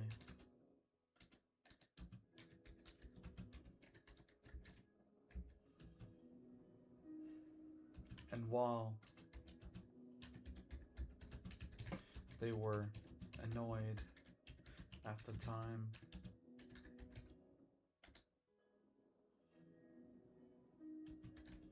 they remembered when it started to rain and Birdley got them an umbrella.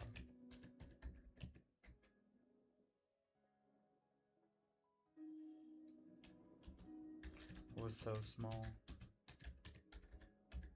A tiny act of out of character kindness from the annoying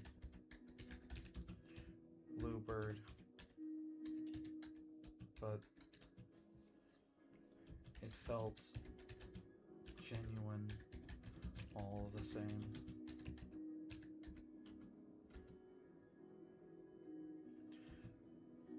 Chris cozied up into Birdley's arms.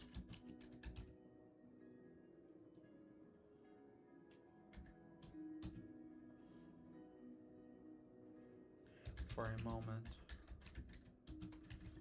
they could almost forget what they were. Okay. No, not the My Hero Academia odor. Christian Bush. All right. We wrote like.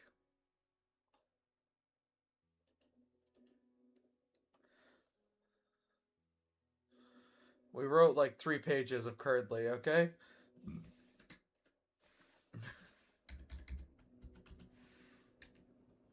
Okay, I'm gonna use the bathroom like real quick, and then I'll be right back. How about that?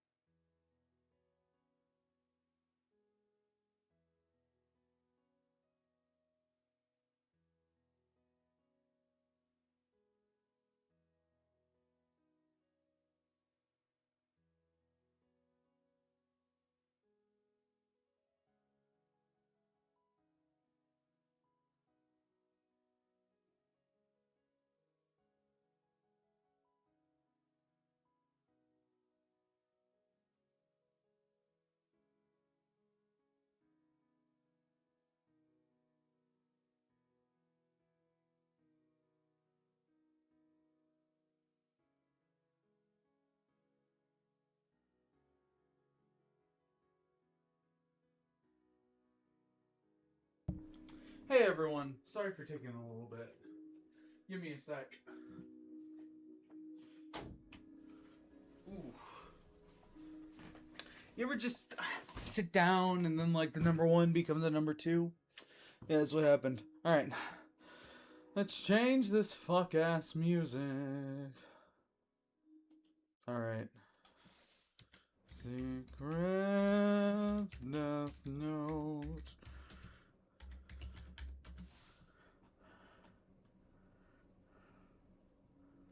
No. I don't know if I should risk it.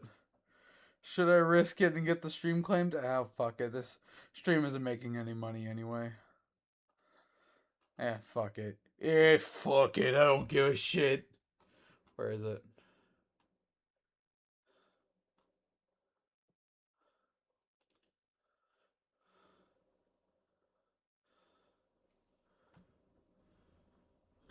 Man, I just lost my drawing tablet pencil. Damn it. You gotta find it right now. You gotta find it. You gotta find that shit.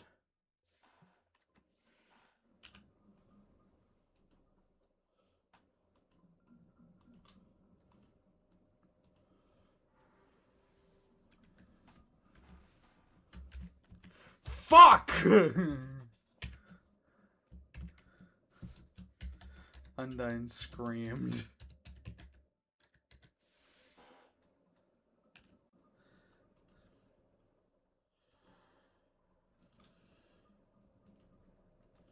Gotta raise the volume.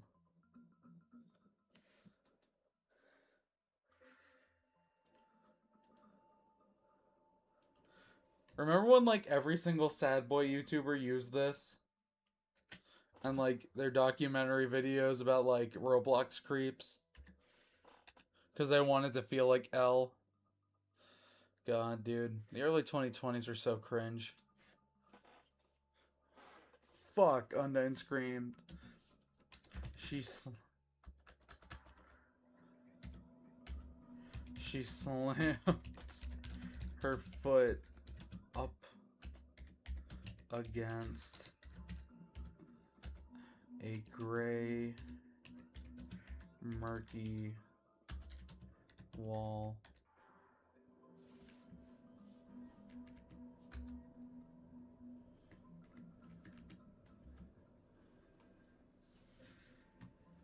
Server is for hanging out, chat is for politics. Oh, right, I should probably repost the server link, huh? I'm gonna, like, open up Discord again. There's gonna be, like, 20 fucking notifications. Okay. Okay.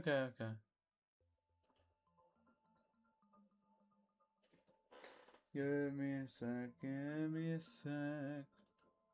Cooler, more like warmer. I keep making that joke. It's not funny. There you go.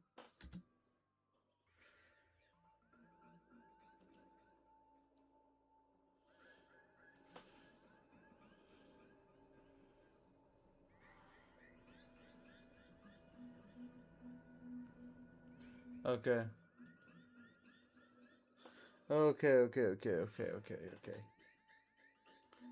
We're locking in. Against a gray murky wall. Flakes of rust sprinkled the air after she kicked the wall.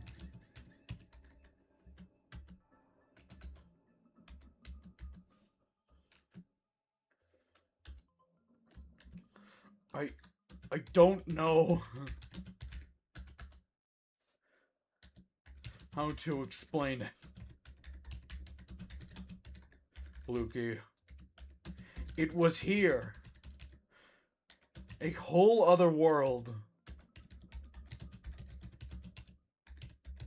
was here.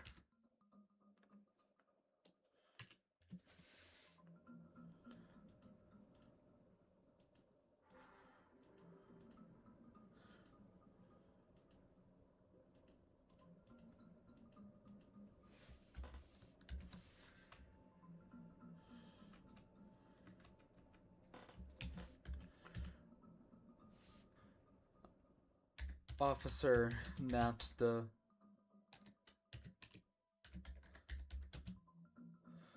looked at their police chief. Guys, join Sophia's server. She needs it? What the fuck do you mean I need it? There's only two things I need in this world. Sustenance and Yuri, okay? I could survive years off of just that, okay?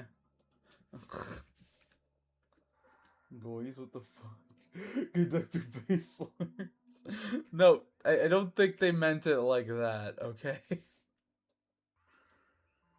Looked at their police chief with a quizzical expression.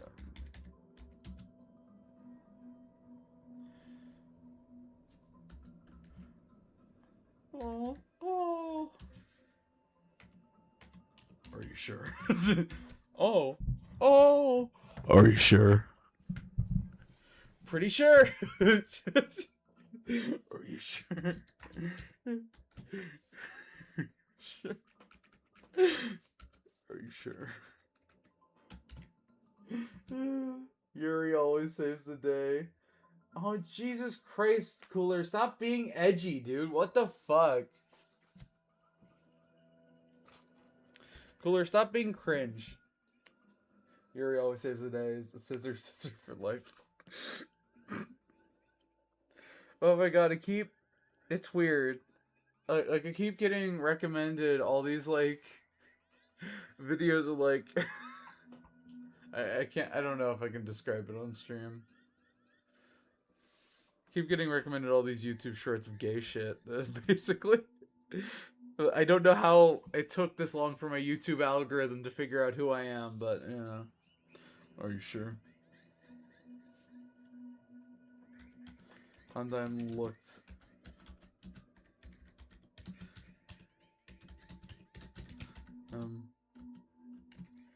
Pretty sure. Pretty sure they dragged me here.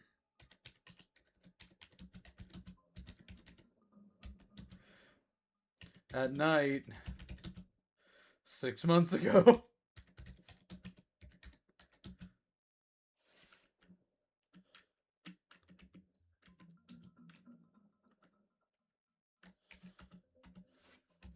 Napster.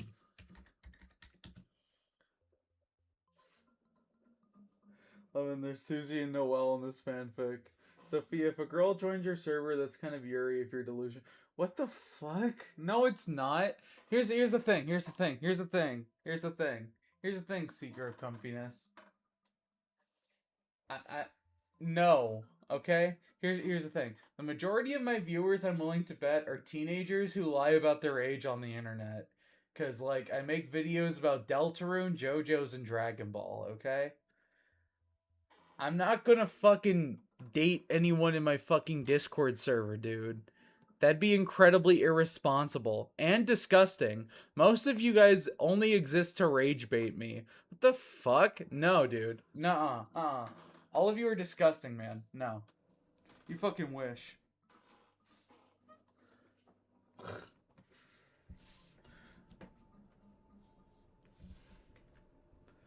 You don't need to lie about my age anymore. Yeah, right. I'm willing to bet the majority of you are, like, I don't know, like 5. I'm sorry. Sophia wants to date us all. She told me no. Ew, no. No, please, no. Trust me, dude. I don't want... Literally, dating your fans never goes well, even if they are of age. So, like, no, dude. Never. I'm sorry. Anti-damage control from Cooler, and it's making me sad. Francis, alright. That's a look. Just continued looking confused. The last 6 months, the recreation of hometown having their police chief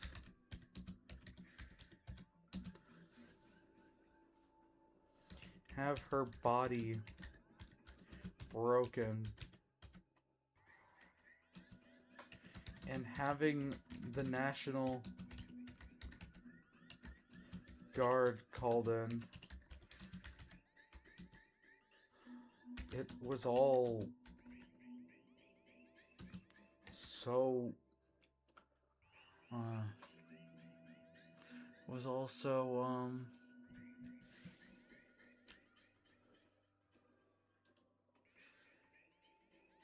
this is my least favorite part of the song. Okay. It was also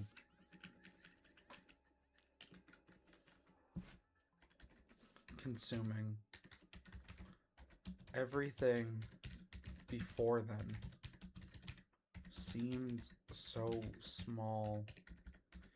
Even the former dude, wait. If we're gonna make Undyne this like morally gray figure, do we make it canon that Undyne like pardoned Asgore for his murder of 6.5 children or something?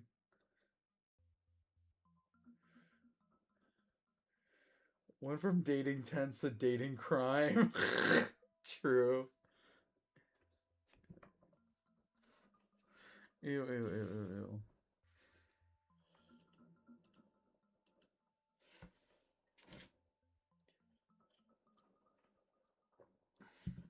Low tier god is an unk. Yeah, he's like 40. I mean, that's kind of like how it works.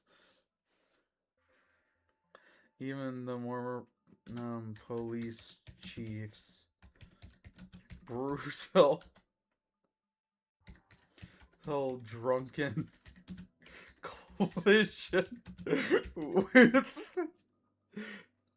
with several small children didn't compare. How did I fuck the... Wait, are Deltarune and Undertale in the same universe in this fic? I mean, technically. So here's the thing. This is a Deltarune fanfic.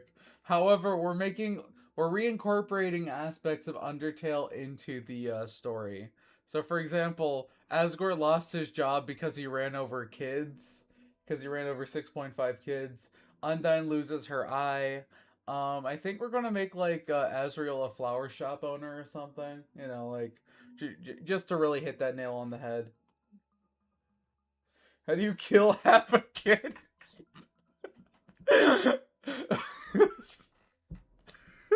If you kill half a kid, does that mean that you kept half the kid alive? Does that mean you brought life to half of a dead kid? Just like a Socrates question.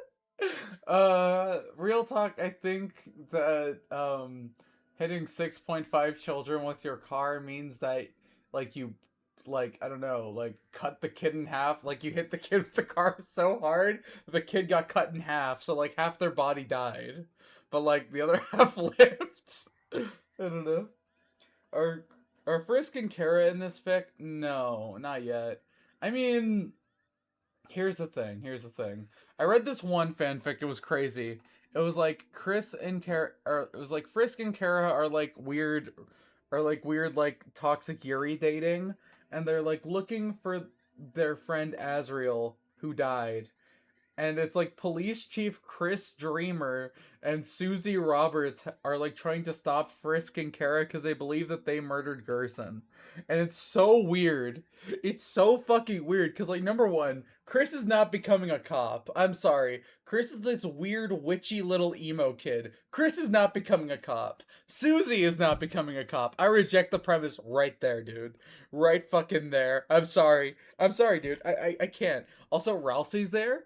Rousey is there, and no one brings up how similar he looks to Asriel. It's like, bro, what the fuck? It was so weird. It's so weird. I don't know.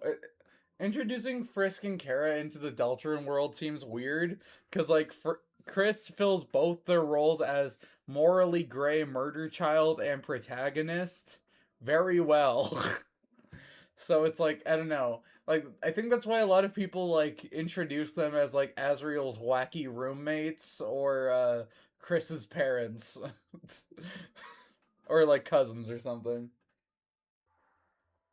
That's even if they let her become a cop. So, like, I don't know if, Frisk and Kara are in... Actually, you know what? I'll leave that up to chance.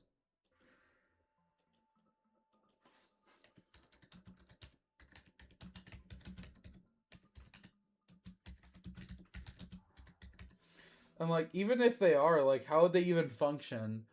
Like, are they, like... Are they, like, Chris's, like, little cousins? Are they, like... Are they, like, dating? Are they, like, Asriel's roommates? Like, we need to figure this out. Like... This order does imply that Chris Loki enjoys being violent, so they might be a cop for that. Okay, enjoying being violent is different from, like, being a part of state-sanctioned violence, you know what I mean? Like, there's a difference between being, like joining the fucking UFC and joining the WWE, you get me? No one gets that joke, it's fine. No one gets that joke. Okay, it's fine. Several small children to compare. Perhaps Undyne had simply lost her mind and simply confused delusion for reality. Frisk is a kid. Kara has 3 lines of dialogue. Kara has more than 3 lines of dialogue. Kara, okay, so number 1, Kara has like an entire monologue if you complete a No Mercy run once. An entire different set of dialogue where it's heavily implied that Kara is not a fan of what you're doing. And then like that continues to loop. There's also like the whole Narrakara theory, which means that like almost all narration is from them, which is like dubious and like not everyone supports it. I still like Narrakara because I think it's fun, but whatever. No dating, please. Frisk is a kid. Okay, yeah, but like Deltarune changes everyone's ages. Like, for example, Toriel and Asgore are not hundreds of years old in Deltarune. Like, you know, it's like, you know, I like to see Chris and the Soul as parallels to Frisk and Kara, because both have elements of them instead of a one-to-one. Yeah. I don't know. It's like weird because it's like, what role would they even function? Like how do we even write Kara as a character? Because Kara has so many interpretations. Like, is Kara a weak, defenseless, traumatized child?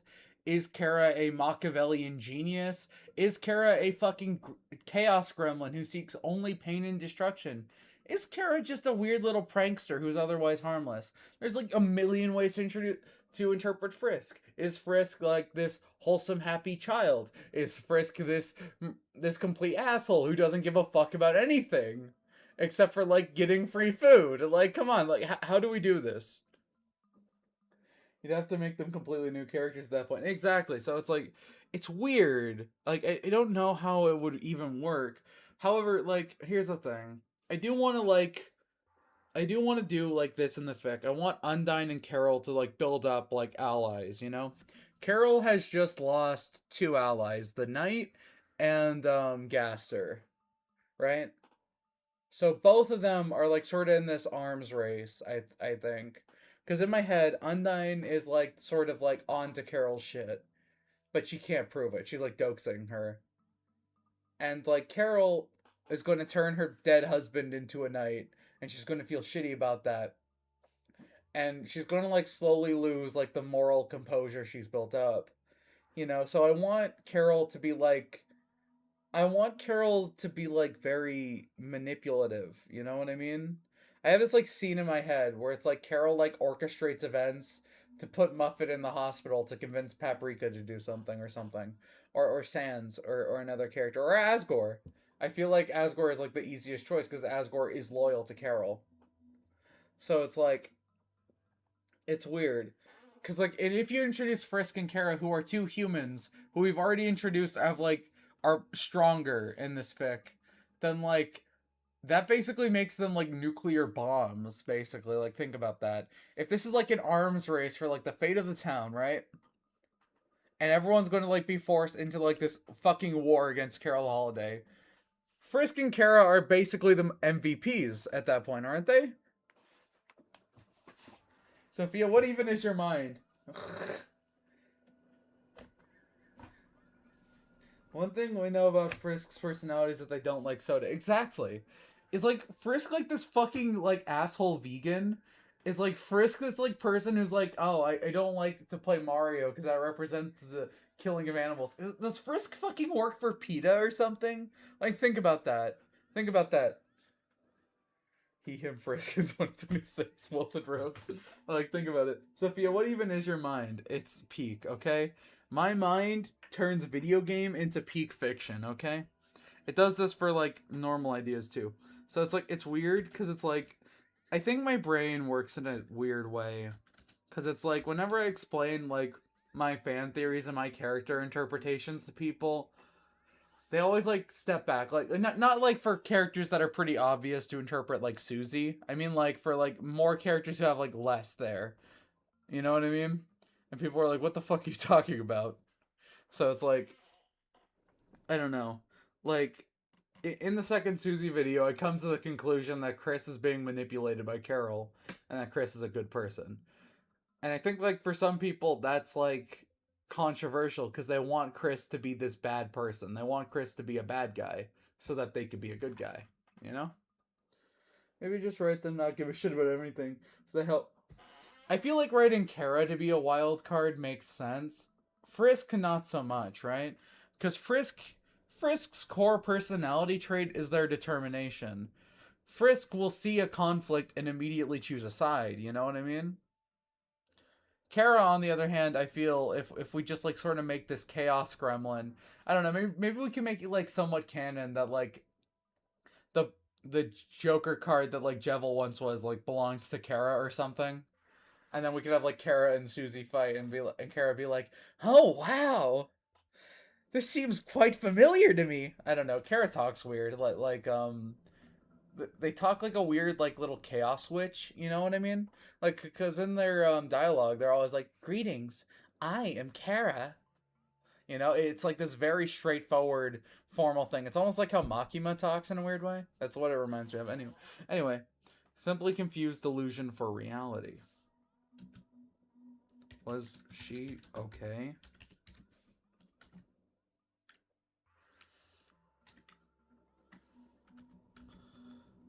On 9. It's just a bomb shelter.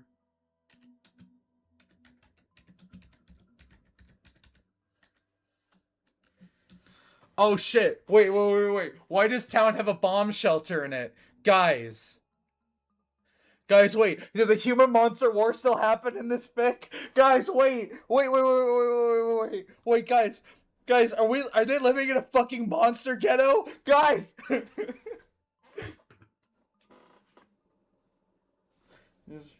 You could make them cameos, but I guess having them would affect too much in the fic. Right? Yeah, you have to like really consider all the consequences, right? Because like Carol wants to manipulate Chris because of their human soul, right? Because Chris is a human and therefore Chris has more determination. At least in this fic, right? Chris is also very easy to manipulate. So thus, you know, the Cold War, bruh, the humans lost, I guess. Guys, let's do some world building. Are there still like brutal racial tensions between the races? Was Glitch Tail correct?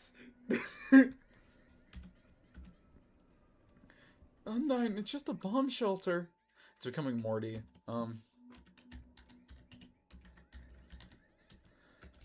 I think something like really dumb, like it was a holdover from the third human monster war. Or just like something like that. And then people reading it are just like, what the fuck do you mean third? What the fuck do you mean?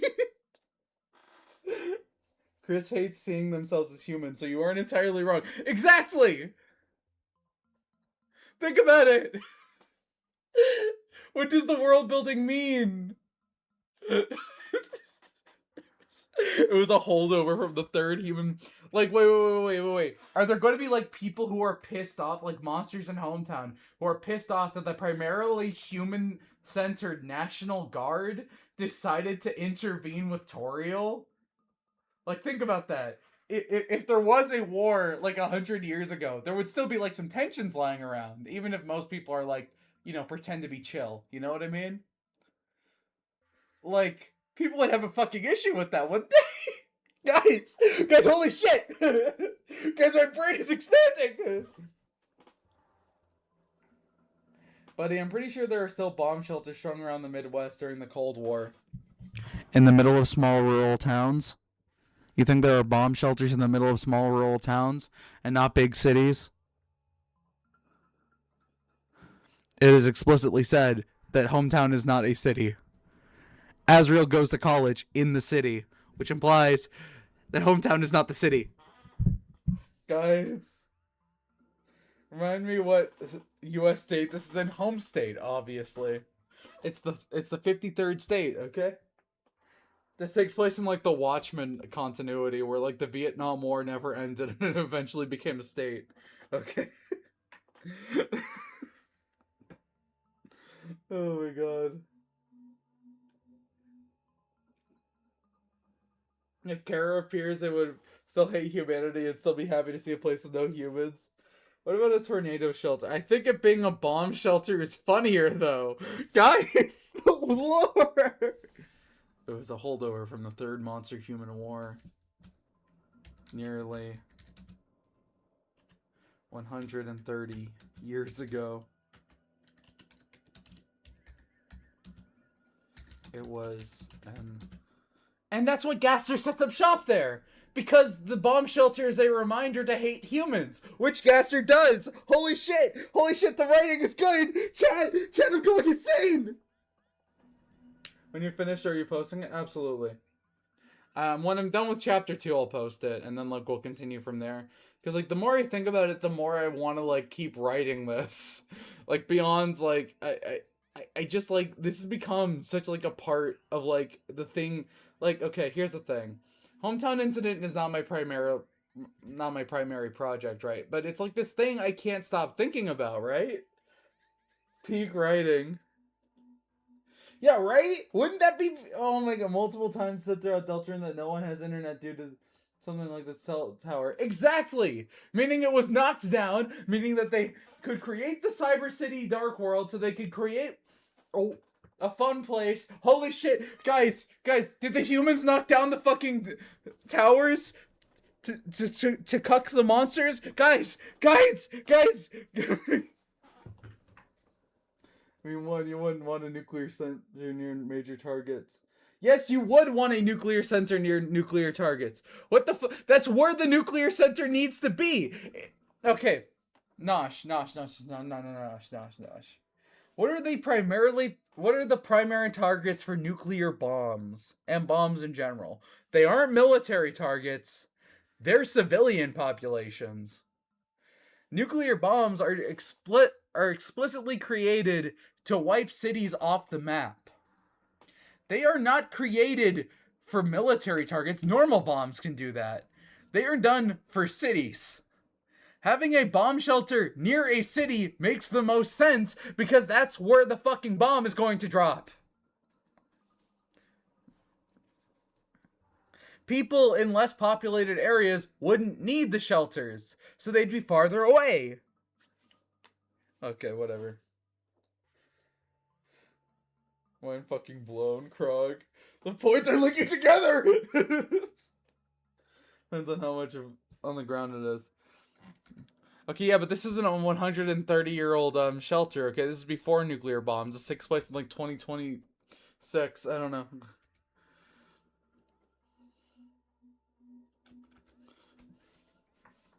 The townspeople.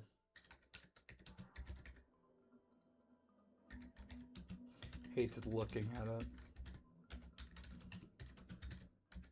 It was... Because, like, okay, here's the thing. In Britain, and, like, some parts of Britain, you can still see mounted cannons there that have just gotten stuck in, like, the just gotten stuck in the stone. And you can see like half-made forts. There are like reminders of war all throughout like places across the globe. Hell, like Gettysburg in Virginia, that has that too. Cause like we haven't fought a war on US soil in like hundreds of years. But like I don't know, like so like reminders of war exist. Like there's still like landmines being found like throughout like I believe like the Appalachian Mountains to like help train soldiers during World War II, and it's like a big hazard. So like I don't know.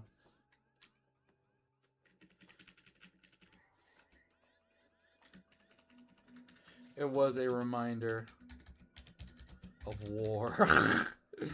Guys, holy shit.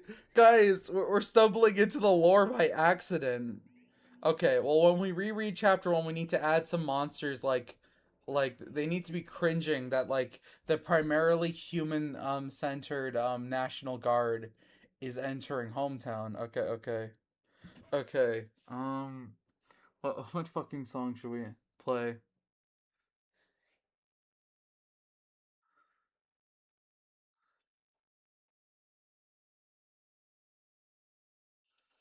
Cuz I'm just going to play 12 a.m. No, 13 a.m. Okay, so how much did the war end this time? Did monsters win? Was a peace treaty due to both sides getting bombed? I think I think that it ended like with the peace treaty. I think it ended with like no victors. I think like they were able to reach a conclusion. But like there's still like some tensions, you know what I mean? I'm not gonna like write out full lore, but like here's how I imagined it happened. The humans treated monsters like shit due to like anti-monster sentiment. The monsters decided not to, the monsters decided to rebel against that, and then it eventually became a full-blown military conflict between like rebels and like the human establishment. Then like they were able to come to like some sort of peace agreement, which is why hometown still exists, which is a primarily monster themed town, but like the resentment still exists, you know what I mean?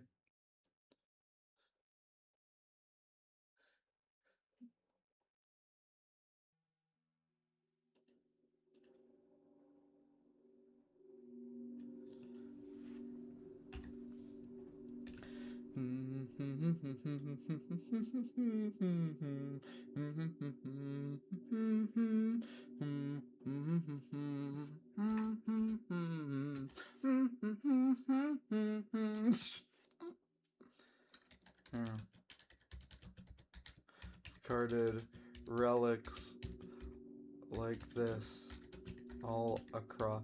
Wait. 130 years ago. Wait. That would be in like the 1890s. So let's think about this. What if the third human monster war was like equivalent to like the Civil War in normal US history? Not that like monsters are slaves. I'm not doing that. We're not doing monster slave thing. That would be like too thing. But like they were still like mistreated by humans, you know what I mean? There was still like societal wise disenfranchisement, and then like there was like a popular leader who was like, hey, maybe we shouldn't be like shitty to the monsters, and then like that eventually became war. Are we discussing Deltarune geopolitics? Yes. Like, did the humans cause the roaring to eat against the monsters? What is this, Attack on Titan, dude? What the fuck is this? We open dark fountains to train our human soldiers to defeat those monster devils. Then it's like young Toriel who's like Gabi, and she's like, oh, we didn't do anything to deserve this. Why did the humans attack us? Dude, what the fuck?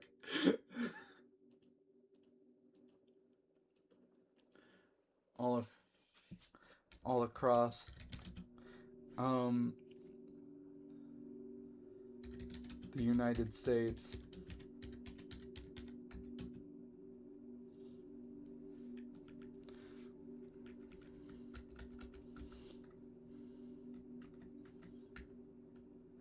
And that would make sense why the children start theorizing that there's something bad in the shelter. Because much like most Civil War relics, people start to think that there's ghosts and shit. Because, like, if you go to the South, everyone has a story about seeing, like, some sort of Civil War commander there wanting to kill the rest of the rebels or wanting to kill the rest of the Yankees. Guys, holy shit. This writing is too peak. Guys! All across the United States, the children had long since held the belief that there. Okay, here's what I want to do. So okay, we need the Toriel and Carol flashback. Okay, Toriel and Carol. However, we also need the Des flashback. Here's what I think. What if we just do one massive flashback arc? And it tells the story of Toriel and Carol in high school all the way to Des's disappearance, along with Gaster arriving in town, and starting his run of things. Or this time he seems far more cynical. He seems to know what Carol's going to do next, and that's like sort of creepy to her, but then she like starts to find it intriguing and starts to use him as a pawn, like as always. And then like they discover the bunker, and then Gaster like mentions something about, I believe this represents your shared resentment of the human race or something. Holy shit. Maybe only humans knew about this war area and darkener technology and kept it hidden from their adversaries for years, so the monsters couldn't use it against. Dude, this is just Attack on Titan. We're gonna cause the fucking roaring on you monster devils. Bro! They outnumber us with their demonic magic. We humans remain strong. Bro.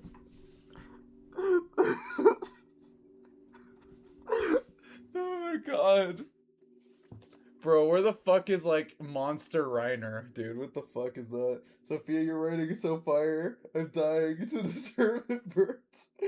Frisk and Kara are wild soldiers in the war who are opposing sides and had an epic horror farming battle. Wait. So like, are Frisk and Kara like grandparents now? Hold on. Because if they met during the war, or like a war, because like presumably World War II still happened, then they would be like really old by now. Like, here's the thing, there hasn't been a war since, you know. Dude, wait, should we cut to like outside hometown and have like humans like look at Toriel and be like, see, she's just another monster out to kill us all or something. Holy shit. And then Carol stokes the flames. Holy shit! Holy shit! Wait. And then Carol stokes the scenes because there's already like a large human presence. And then Carol's like, I'm one of the good monsters. We must return order to this great country. And then like, holy shit.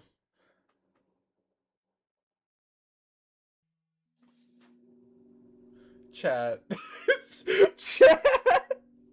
What the fuck am I writing? Oh my god. What the fuck am I writing? Frisk and Kara are teachers at the college. Okay, well, what does this plotline have to do with anything else going on? Don't you see? Because if Carol is able to get this, I was gonna say Soldata. No, I'm sorry.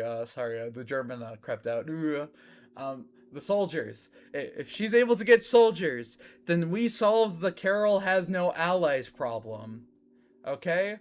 Then we can make Carol more intimidating. Then we can have a reason for more of these characters to continue the trauma wheel. I love the trauma wheel! Don't you see? Because if there's more bad guys, there's more people to fight, there's more never-ending suffering, meaning there's more fun and there's more content. Don't you see? It never ends!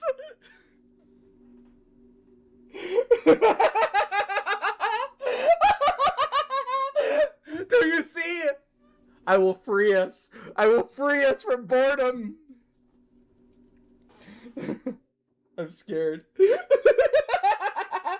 Don't you see? That there was something horrible in there. Holy shit, guys. More writing. More fire writing. Tales of a man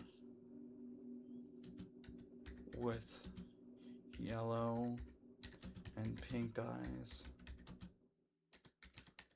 introducing himself as a friend. Boom! Eternal traumas Ferris wheel, Sophia. Let's create a never-ending war! Okay. Here. But the rest of history mean nothing but never-ending conflict. I sound like Yelena, dude. What the fuck?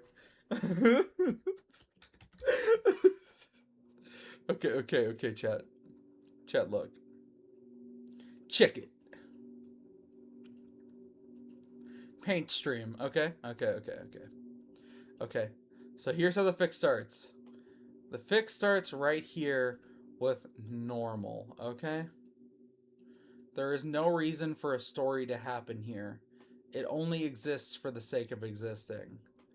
Then we get right here we get we get our first conflict.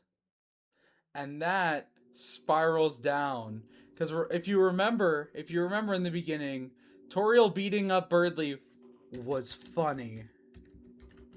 Okay. First on, I need to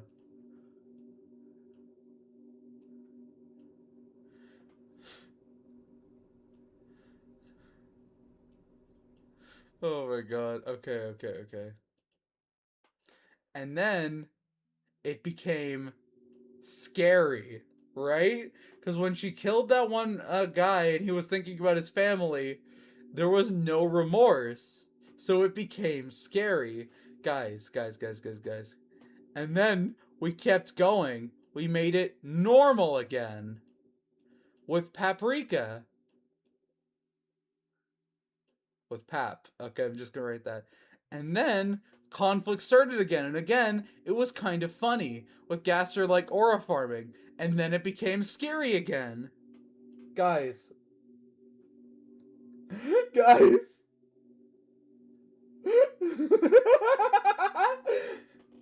Hello, why are we in MS Paint? Sophia is scaring me. Guys! Don't you see? We are at the precipice of something amazing! Because now we're at the start of another arc where things need to be made normal again.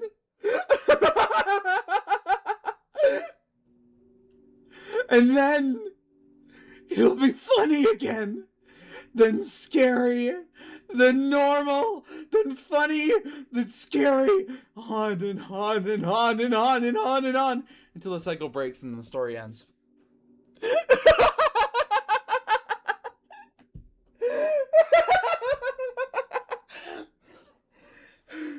It's a never-ending carousel of pain.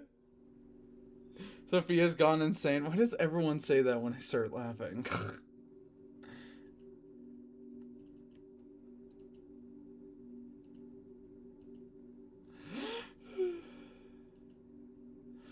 By the way, this is like...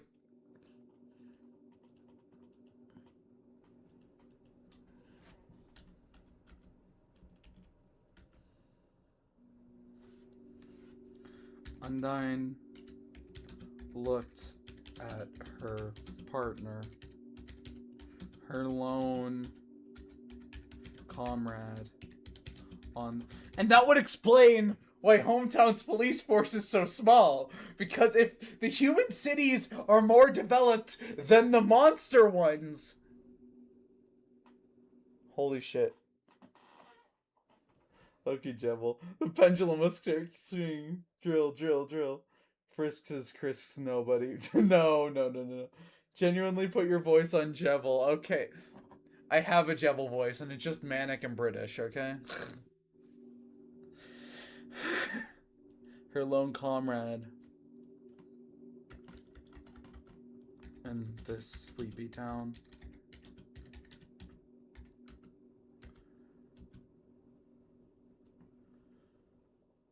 Her face contorted. You don't believe me?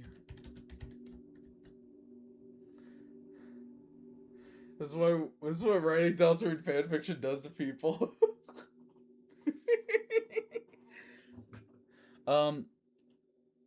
You don't believe me?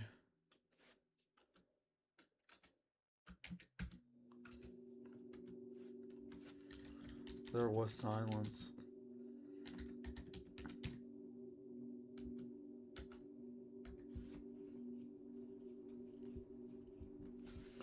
Oh my god. Oh my god. Dude, for the full fucking audiobook, we're gonna need to like do like a fucking cringe ass cover of My War or something. I don't know.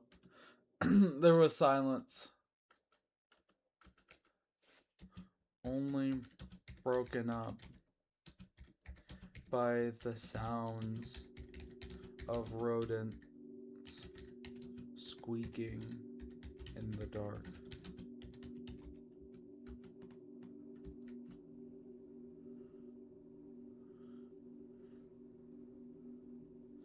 They dragged me here.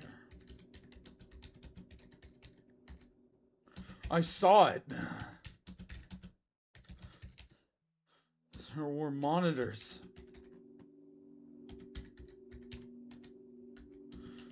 And a bridge.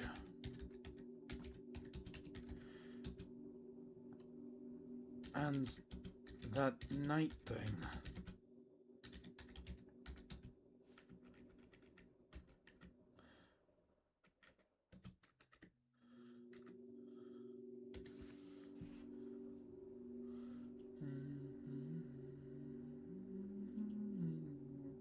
Audiobook.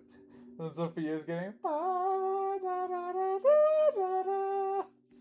audiobook. Okay. So for those who don't know, I decided last stream that whenever this is done, I'm going to try my best to make this like a full-on audiobook or something. Because here's the thing. The majority of my channel does not watch these fucking streams. What? Why? What? For the bit. There's no other reason. You think I give a damn about like quality assurance or fucking channel image? Most of my videos are fucking cringe. Guess what? They're still up, bucko. I can do anything I want, okay? It's my goddamn channel. It's my goddamn rules. And I won't let you restrict my freedom. Okay, there we go. Can we help with the audiobook? I don't know. I don't know how you would help. I guess you guys could like help draw assets or something. This is literally like novel length. It needs to be. Yeah, like okay, like we're only in chapter 2, and we're we're almost there. And then that night thing.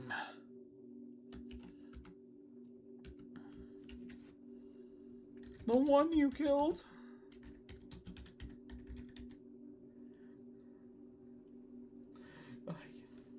Make the Italian translation. The one you killed? Yeah, the one I keep telling you about.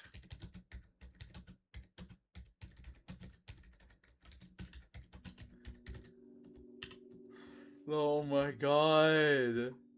Dude, we figured out so much of the lore.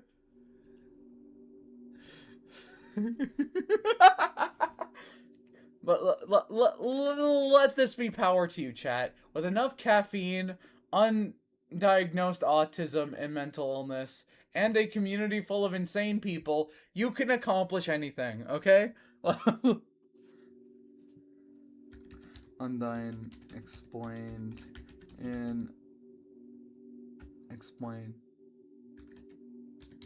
in an agitated voice. Then why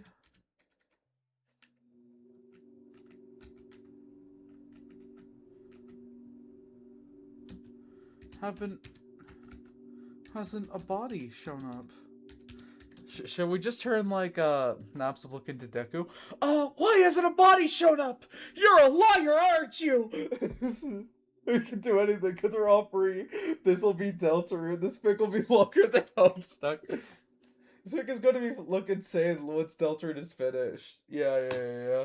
So we fun just take, dude. Okay, there's this like long fan rumor that like Toby has like taken influence from like insane fan fictions in the past. Okay, because Umris came out after chapter 1, and that fic is about Birdly and Susie getting married and being like in a toxic marriage.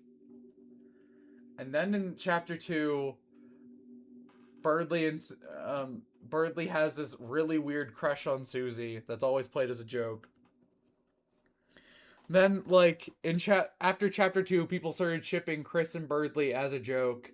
Then in chapter 4, Birdly starts hitting on Chris. So, chat. Chat.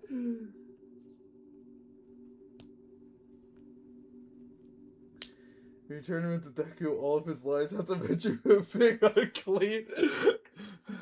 Then why hasn't a body been found? And why hasn't a body been found? Kachan, please lick my armpits. Okay. Napster. Curdly is not a joke to me. Andrew Hussey is the king of chuds. Okay. I don't know what the... I think we've already established that Elliot Rodger is the king of chuds, okay? It all adds up! It all adds up! Okay. Yeah, that's a book. Fast.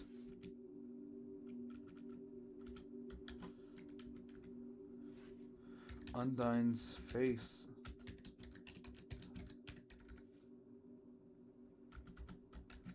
I know what I saw!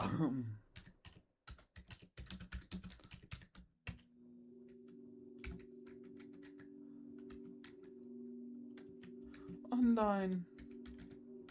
I know you've been under a lot of stress lately.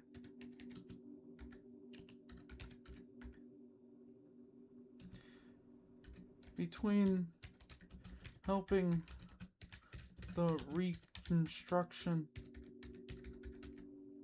and the kid, but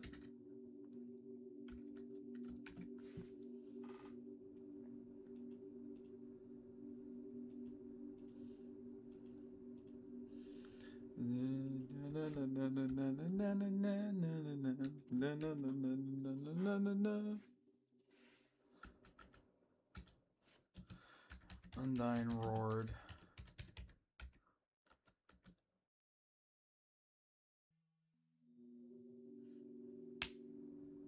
Oh my god. Why hasn't a body been found? Because you smell like one. And then they make out. Oh, Undyne, please. I'm telling my cousin on you. They're fabulous. Guys, do we include Mettaton in the fucking plot? What the fuck? No. No, we can't. I can't. Oh my god. Guys, what the fuck is this? Guys, what the fuck are we doing?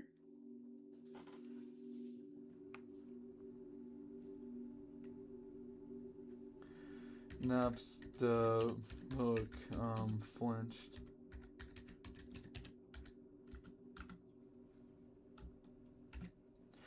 It was real. It has to be real.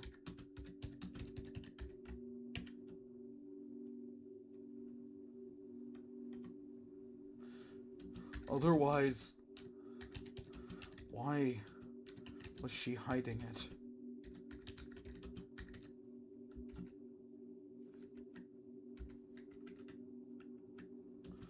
Unsigned.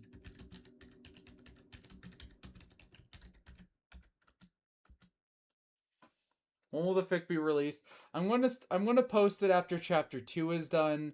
That way people can catch up on the fic, and I could just post it when I'm streaming. You know, people could catch up, and then I'll just update it periodically from there. You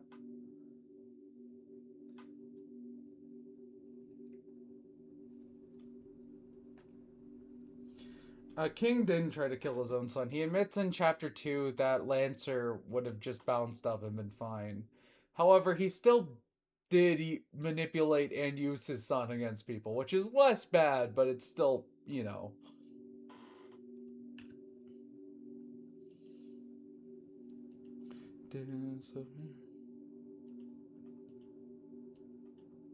Okay.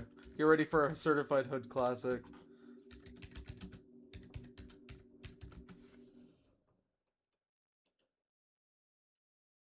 Man, this is so great. I could just play. Thank you, Sophia. Yeah. Guys, it's time for some real detective work.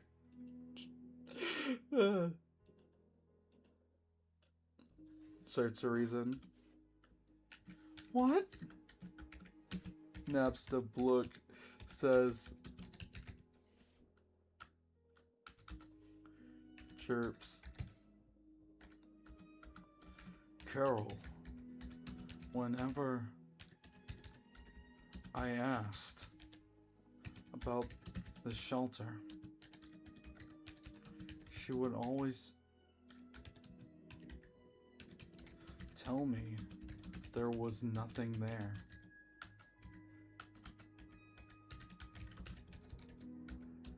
And that I should just do my job.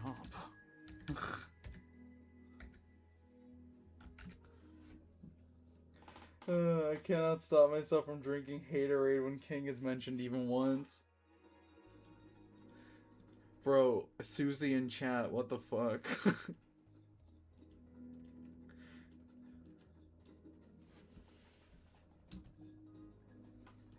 Undyne's brow creased. Then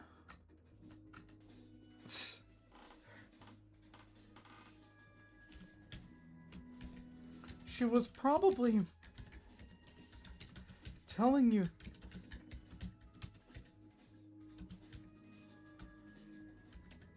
because you keep them looking for dead ends.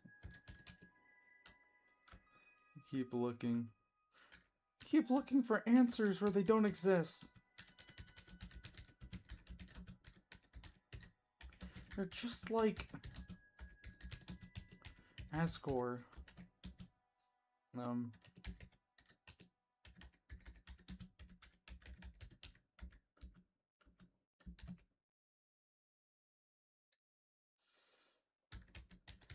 Undyne. Cool. Her angry expression. Why is someone saying that? I know it. I just can't prove it. Undyne. That's literally the vibe. Like it or not.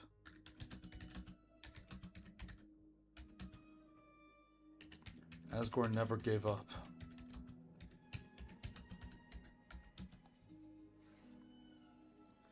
He had a dead end. No.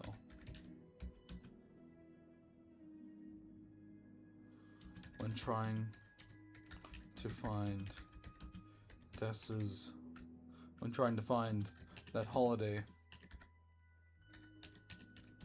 girls disappear.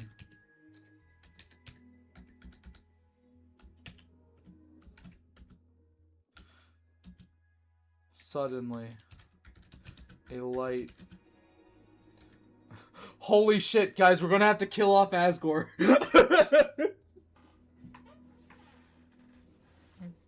Okay.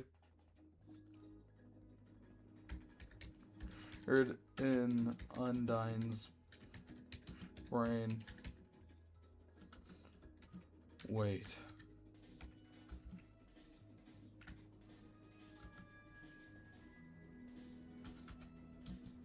That's all she said.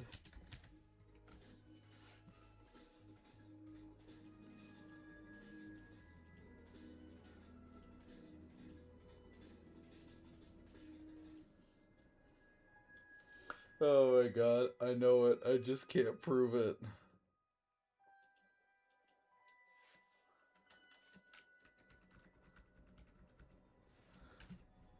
Wait, what? Wait, what? No, I'm still sad. Getting quite fed up.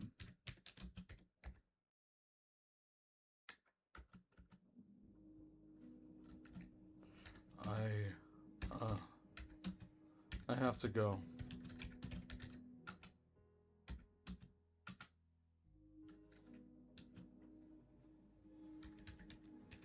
Undyne says,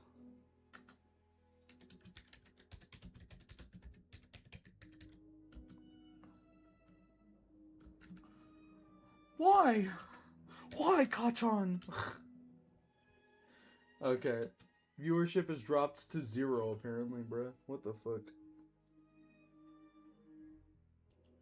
Okay, apparently we are including Chris and Frisk and Kara.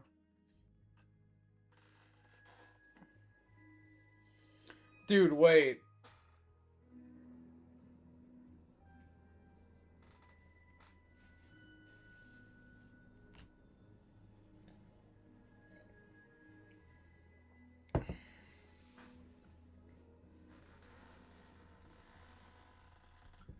-5 viewers at chat. No.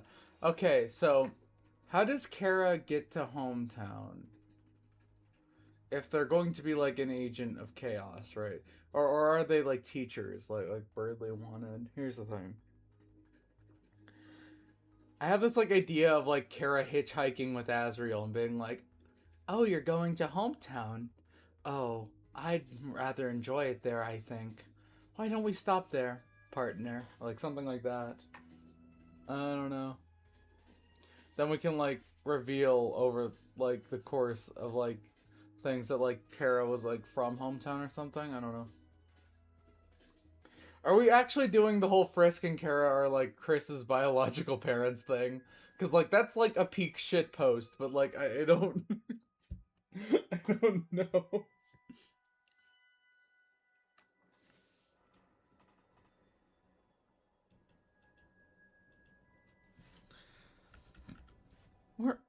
Where are you going now?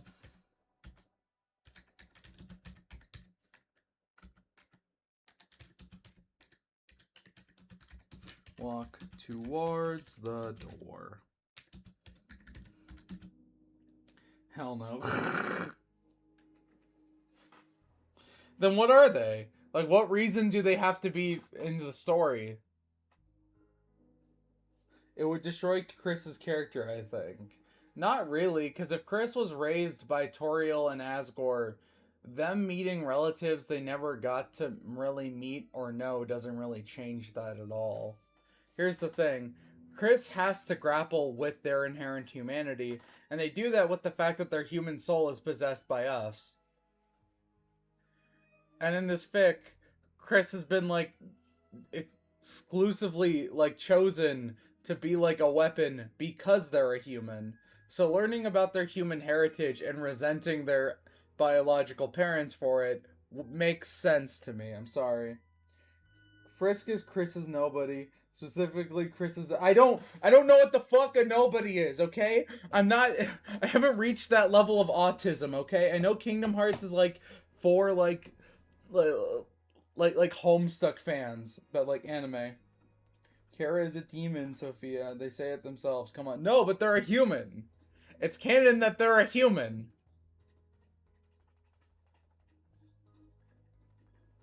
Not including Kingdom Hearts bullshit.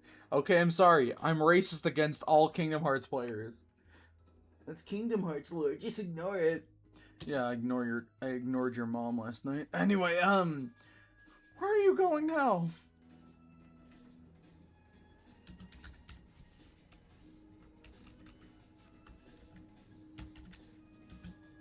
Napsta, Luke asked, still quite miffed. I just have to check on some loose ends.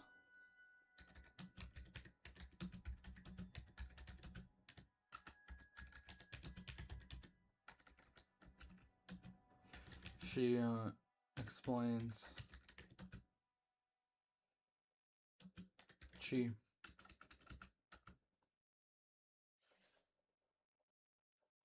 Are you accusing Kara of lying, Sophia? They're a demon. Okay, but like in the literal lore of Undertale, we don't know what a demon is, and it's more likely that Kara is fucking lying. Because they are a suicidal 10-year-old.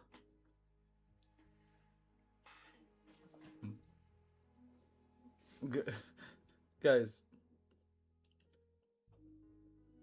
Demon is likely a figure of speech. More or less explaining that Kara doesn't like themselves or is being an edgelord.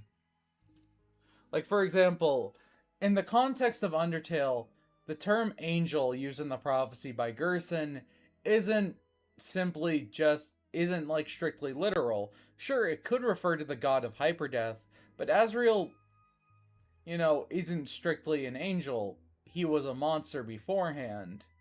And in the genocide ending, Kara is the angel who empties out the underground, right?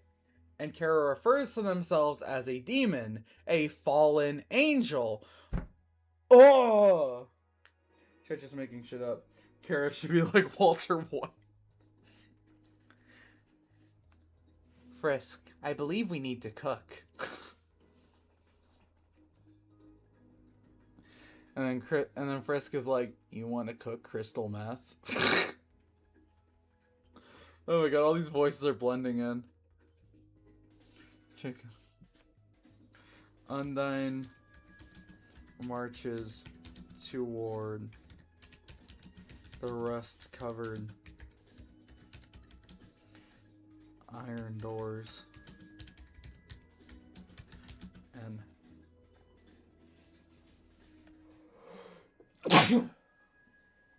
why is there hidden text files that says the dialogue for a demon? Why is it explicitly stated that Chris is a cult? From what I recall, it's ties to summon a demon too. Exactly. But here's the thing. Deltarune doesn't exist in the same continuity as Undertale. In Deltarune, the angel is quite literally probably going to be a real thing. The Titans are basically divine beings. Like, I feel like a lot of people lose that. Like, sure, we're merging the canons here, but that's because this is a fan fiction and only half of Deltarune is out right now, my guy. Okay, so like we could either make sweeping assumptions about the lore, or we can combine it with what we already know.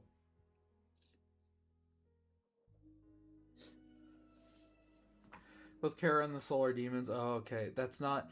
The soul being a demon is speculation. The demon Chris summoned could easily be Friend, Gaster, or even the fucking game Deltarune itself.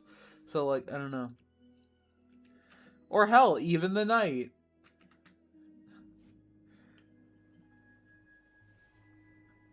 Maybe that's what the fucking police sacrifice thing was about. And with a turn of the handle and a steady shove. But Sophia, the demon files dialogue is from Undertale, not Deltarune. Where the fuck is it then? Come on, tell me.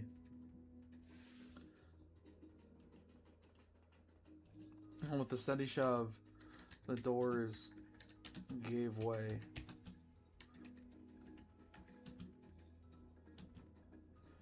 As Undine marched, however,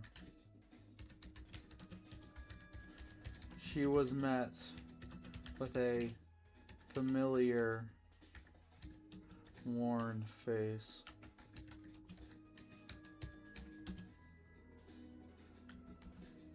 It was Carol Holiday.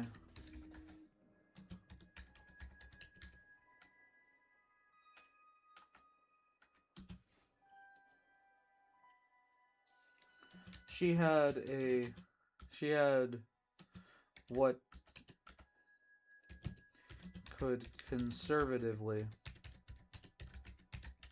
be described as a smug look on her face.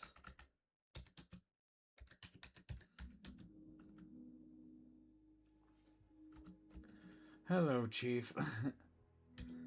Hello, Chief Undine.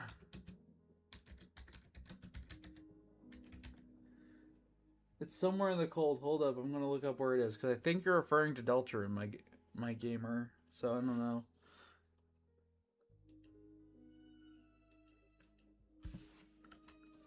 Hello, Chief Undine. How can I help you this fine afternoon?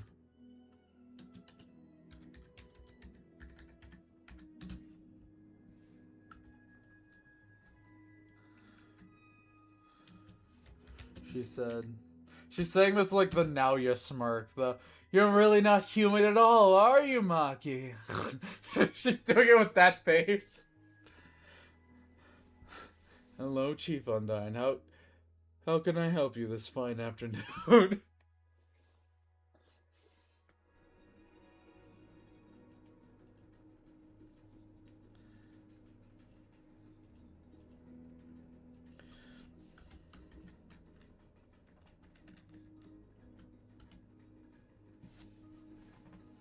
Undine looked down at her.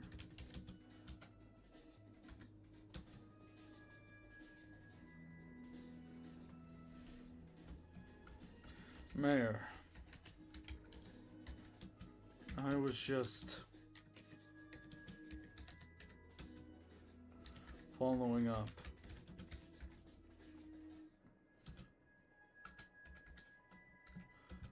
Undine coughed out a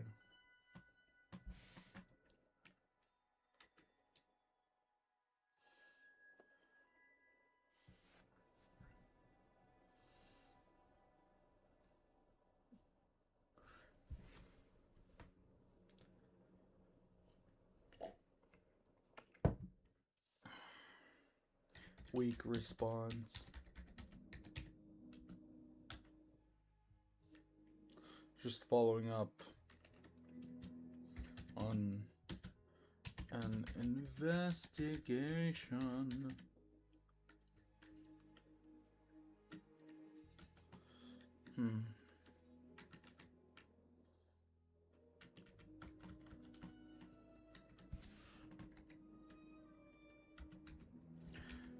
Really?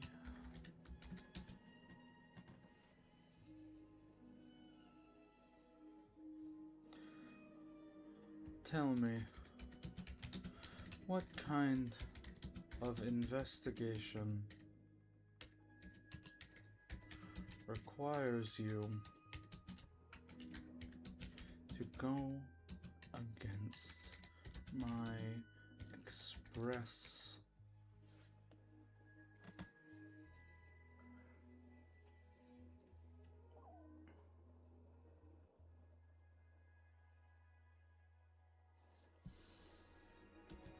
orders? My express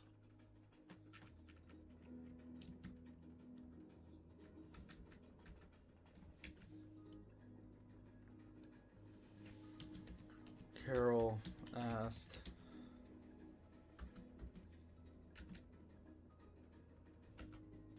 And then thought to herself,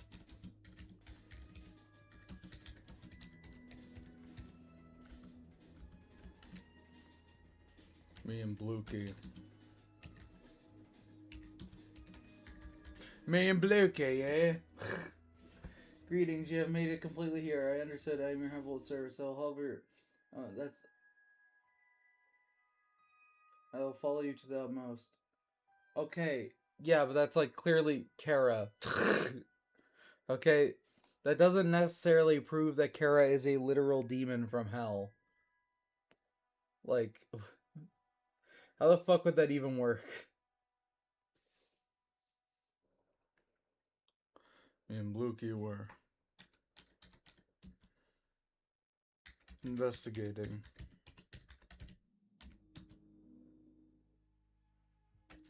Investigating a rumor that there was a man who lived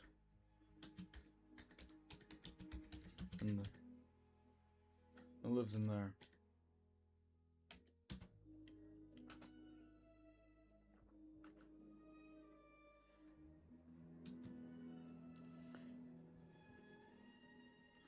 Kids told us about it.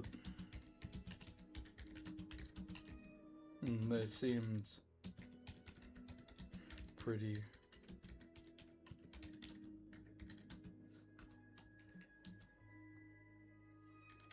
and I mentioned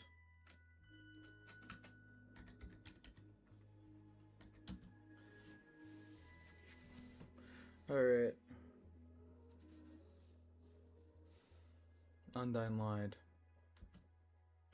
Really? That's strange. It sounds as if you've taken an urban rumor to be reality.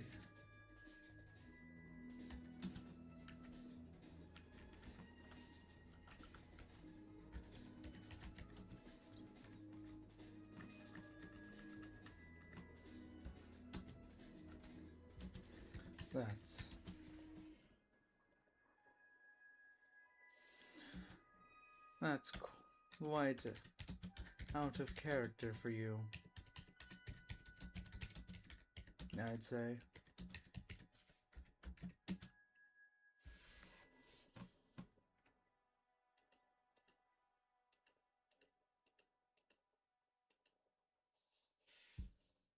Alright. That's quite out of character.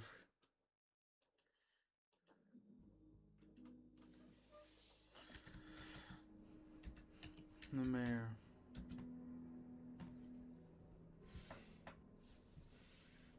stared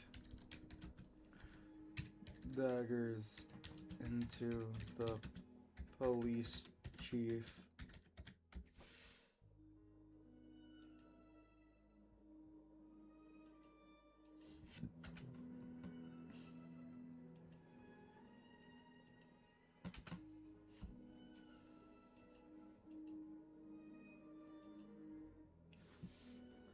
Alright.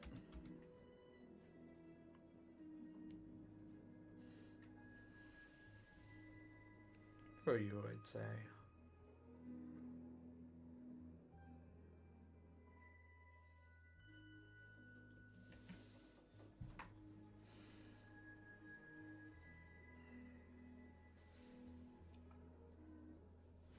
I just wanted to tie up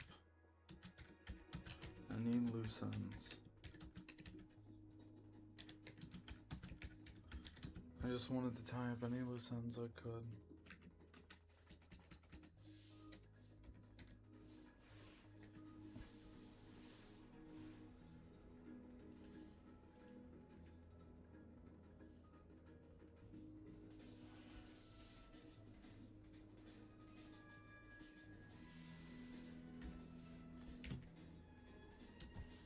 she reasoned. Is that so? Well, I'd say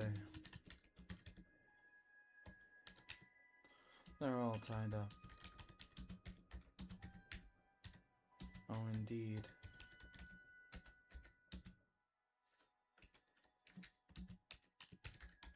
Mentioned. Before starting to walk off. Kara also isn't dead. Kara is also dead. Yeah, but here's the thing.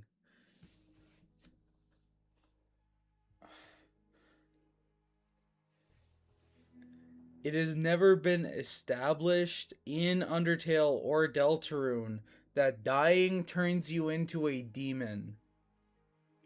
Asriel became a god by absorbing souls, okay? We can reason then that that's how he became a quote-unquote angel, but we don't know how to become a quote-unquote demon, and whether or not it has anything to do with death. Okay? Applying strictly Christian notions to this, that dying and going to hell turns you into a demon or a hell spawn or something else, that doesn't make any sense, because we don't even know if heaven or hell exists in the same way in the Deltarune universe.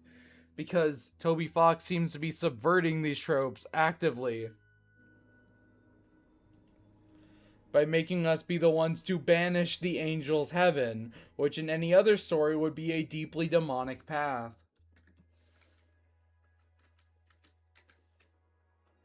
No. I mean, Kara is dead and therefore doesn't need to obey human rules. Okay, but again, we don't know how that works. If we're starting to walk off. Police chief.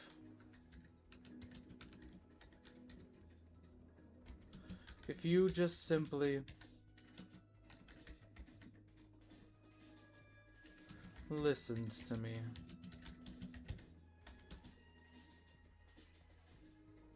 I'm sure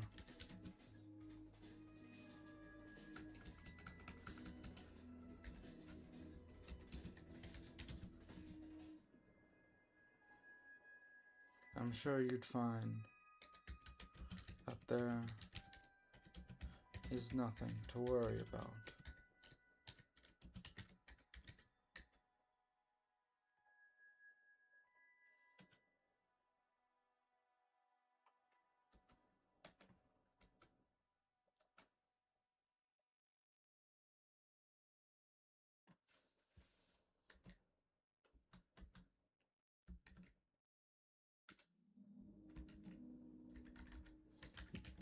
Right.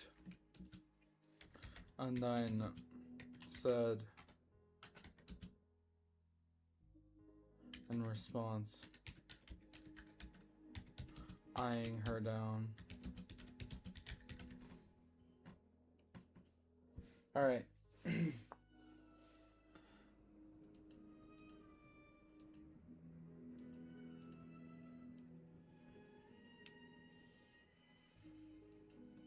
Okay, so do we introduce Kara now, or do we like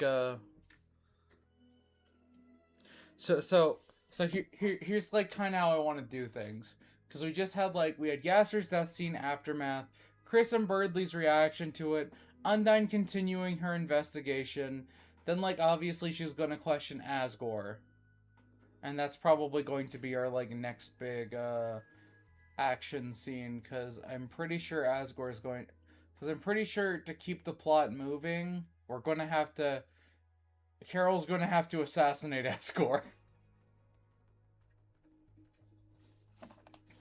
Wait, yeah, actually, Kara's showing the example of Undertale, someone showing up and dying with their body at all. Maybe it's because they're a demon and work differently in depth. But that doesn't make any sense. I always interpreted Kara showing up at the end of the game as I don't know, as the fucking universe willing itself to stop you, okay?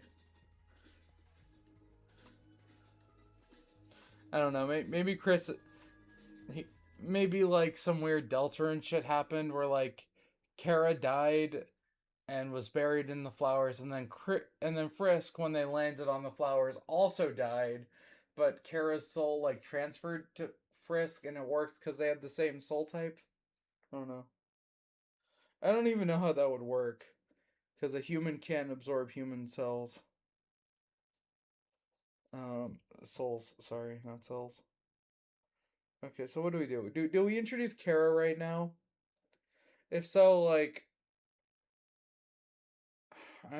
I'm unsure of the role they play in the story, right? Because if Kara is like this agent of chaos, right? Then like sure, introducing them right now and like having them build up like relationships with people so they can eventually like subvert them is the right optimal move. But it's also like, what is Kara to this story? You know, is Kara just like another weapon? Is Kara like fine about that? Is Kara like pissed about that? Does Kara also want to start the roaring for her? Sorry, for their own reasons. Nobody's confirmed that he's played Shin Megami Tensei and Genocide. Kara fits pretty well with the. Okay, that's stupid though. That's stupid. Okay, you know what other games Toby Fox has played? Earthbound, a game where the player literally intervenes to save the world from from a demonic alien. So does that mean that Kara is like is the player from Earthbound? No, they're clearly doing it their own thing. Constantly trying to ascribe an author's intentions with their inspirations. Sure, you get like you get some cool like meta commentary on it, like the fact that Chris's Dark World design is pretty much just Varric from Brandish. That's cool. However, that doesn't really tell us much about Chris as a character aside from Chris looks like Varric from Brandish. You know? Like, I don't know. JoJo's is also referenced in Deltarune and in Undertale. Does that mean that Kara's going to come back 100 years later and start a curse on every single one of the dreamers so they have to go and kill them in Egypt? Like, no. That doesn't make any sense. I'm so sorry.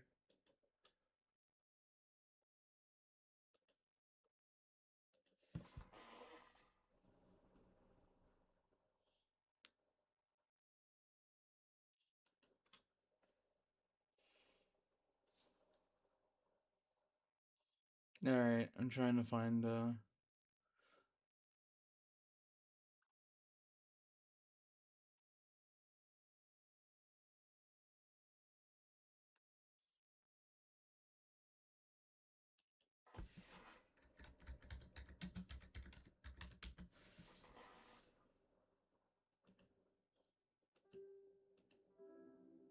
no.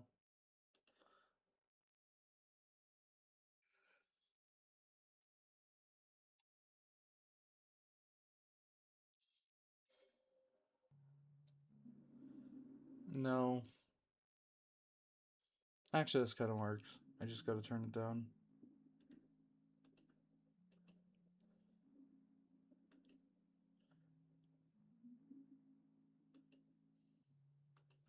Alright.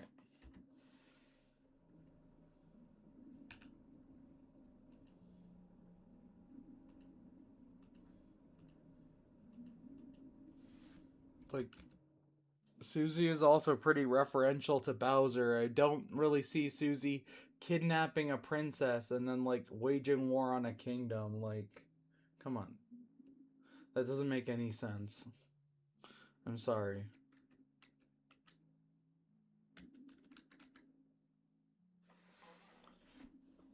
Send response, hiring.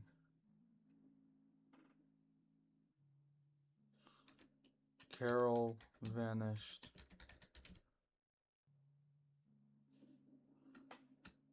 Carol slowly walked away. The clack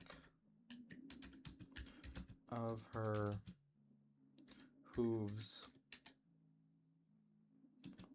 growing softer and more distant. Sophia, why would Kara call themselves a demon and then have them work differently than other humans by showing up at their body after death? It's not meant to conclude that they're a demon. Because it's meant to be symbolic. Oh my god. Oh my god. Man, it's almost like the games, full of heavy religious symbolism, like to use religious symbolism sometimes. It's insane. It's insane. Oh my god. This is actually kind of annoying me. We're distant.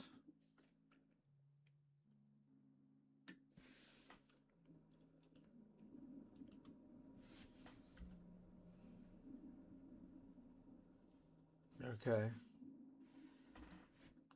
Undyne. Undyne's I never left her.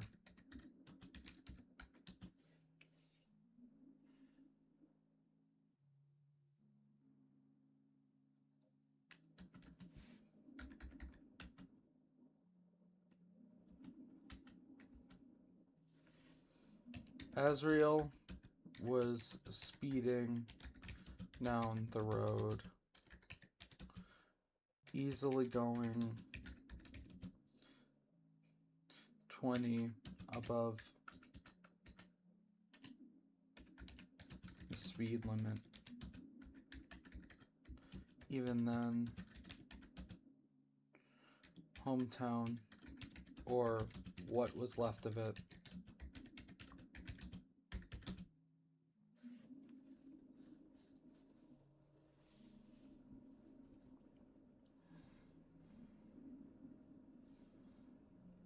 was 3 hours away.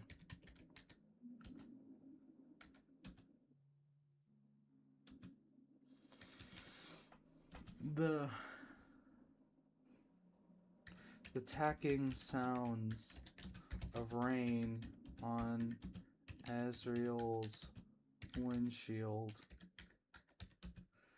grew more frequent.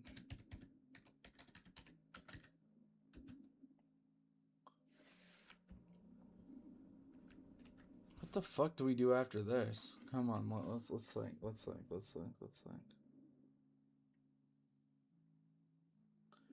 Because after this, I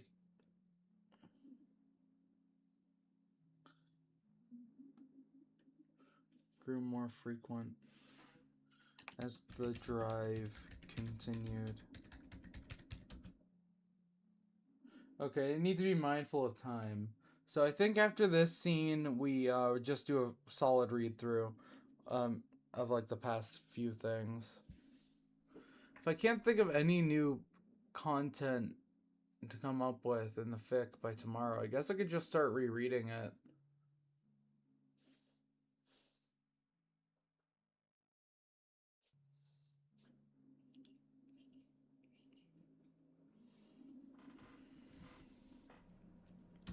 As the drive continued. What the fuck kind of music does Azrael listen to? What the fuck does Azrael listen to?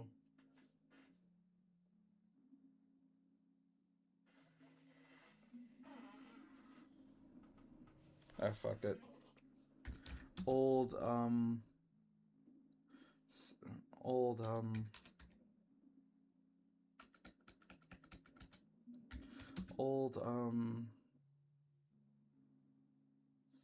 rock and roll.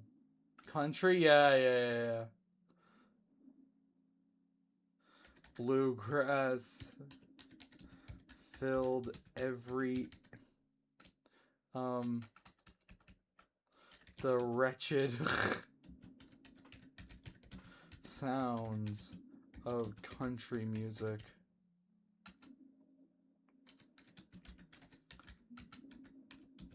Filled every inch and crevice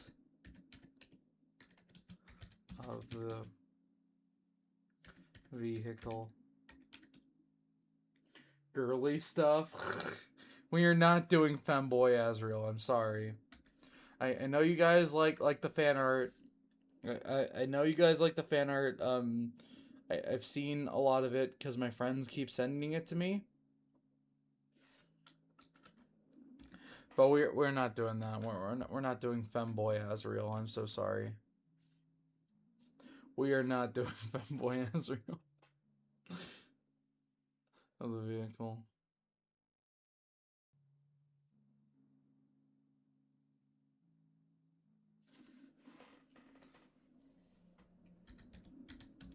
The sky had become a dark bluish gray. The rain, the only thing illuminating the road were the many cars whizzing past Asriel.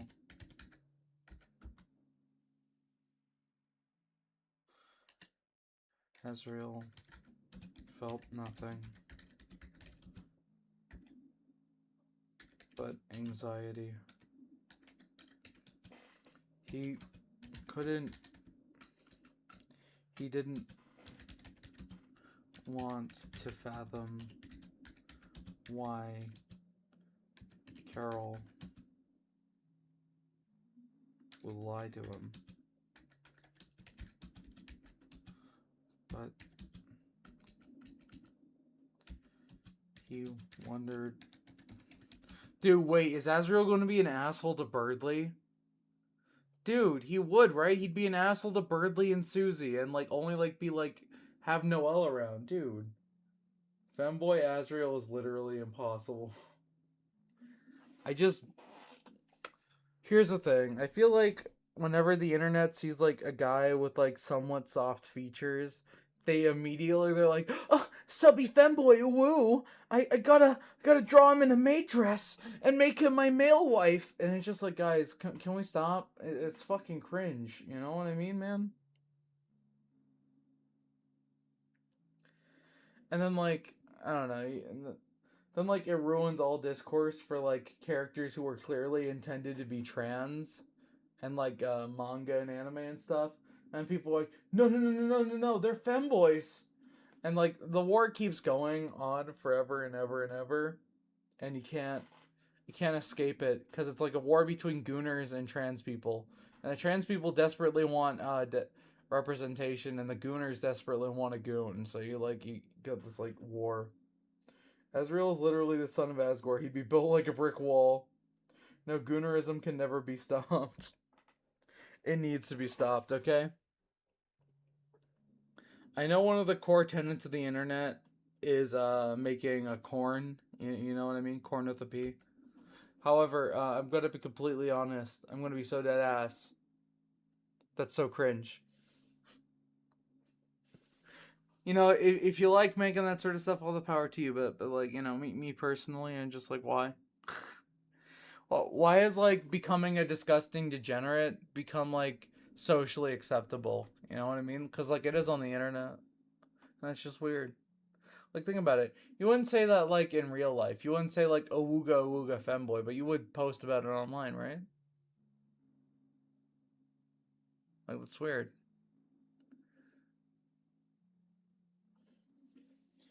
God himself tried to fight goonerism. He would lose. No. I'd win. Okay. He wondered about Chris. They were always appeared well put together and confident, but Asriel knew there's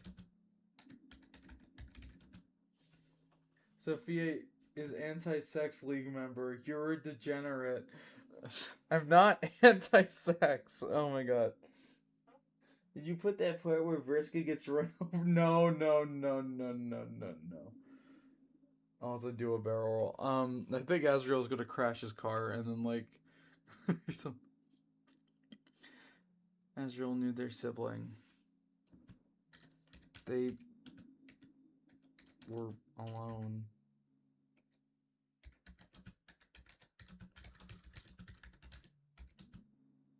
Azrael noticed that they'd hide knives around the house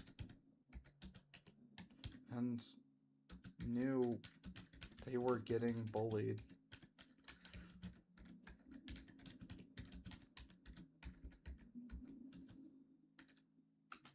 When he left for college,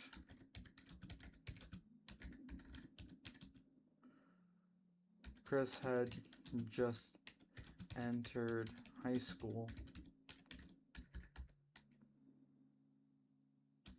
They were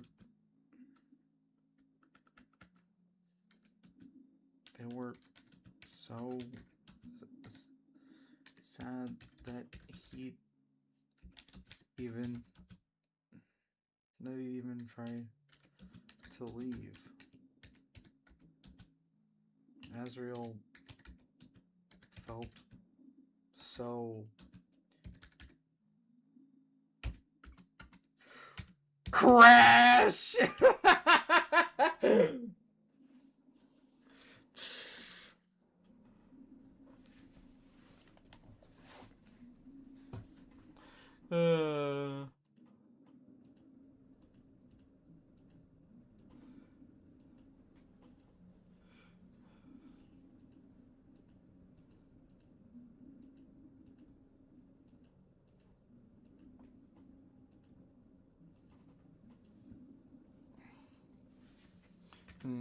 It's lost and it can never be right back. Alright, crash. Azrael felt a familiar thud and heard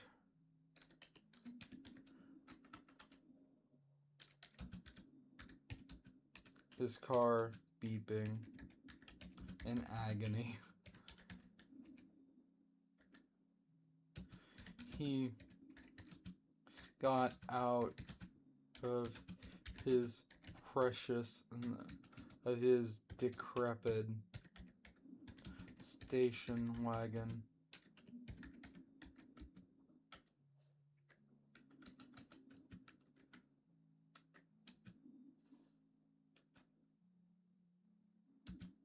only to see that the front bumper was demolished.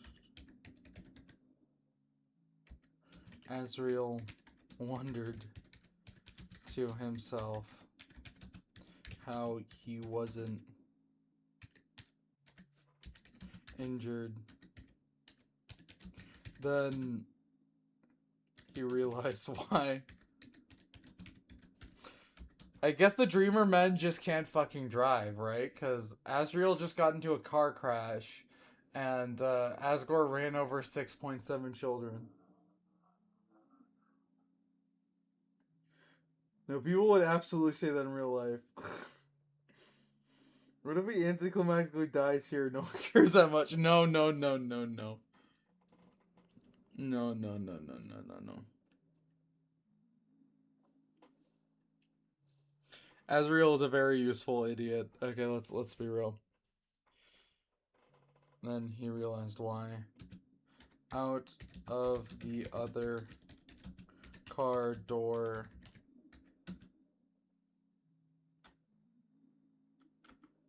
the other car whose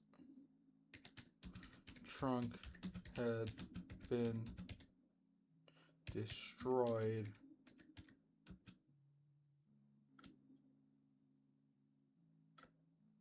The other car. Their car's driver's side door swung open with a fury.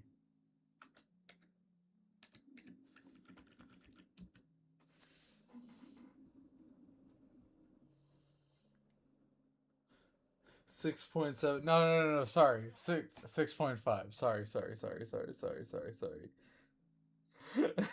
Wait, FML. No. Sorry. You caught me. 6 hole. What's it? 7. With a fury. Opened with a fury.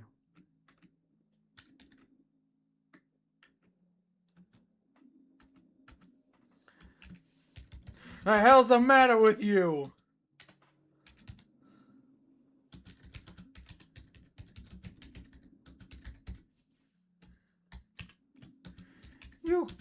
You could have killed me. You furry bastard.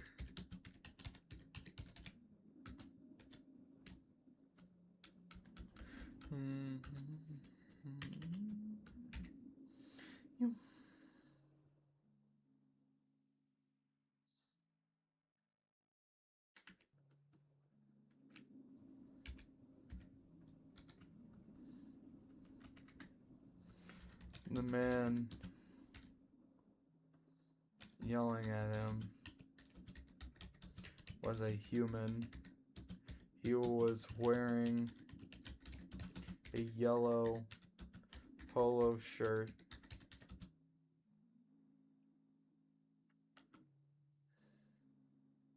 and was balding.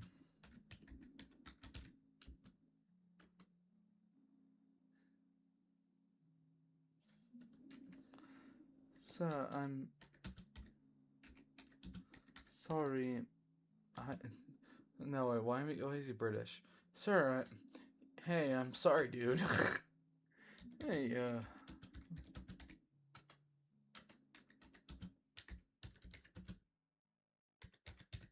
hey, I'm sorry, dude. But you were going way too slow. But you're too slow! Whoa! Car accident? Yeah, because using a car is an accident. Come on, Tails! Fuck.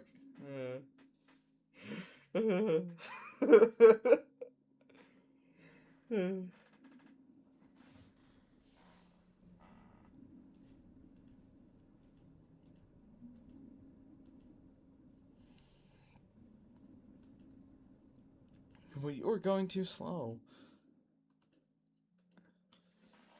I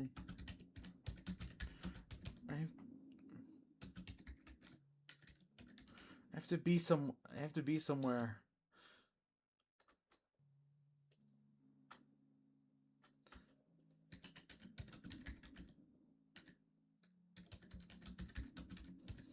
Somewhere to be.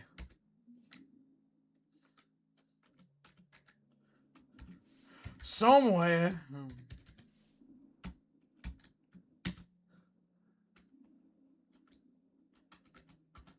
Too slow? Are you out? Your goddamn mind?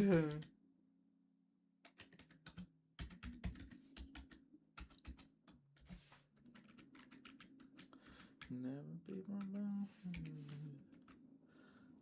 Good man. Why do I keep writing goddamn like that?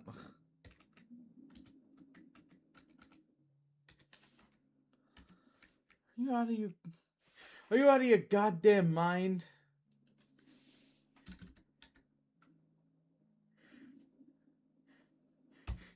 You fucking freak. Like, don't. You fucking freaks don't know the first thing.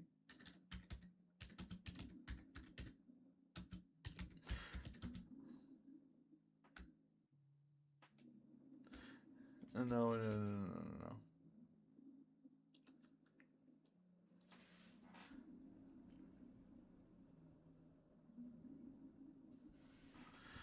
Honestly. Why they let monsters drive, I'll never know.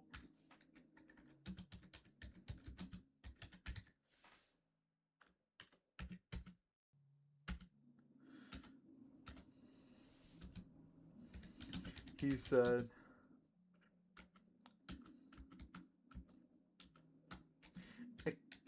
"Excuse me?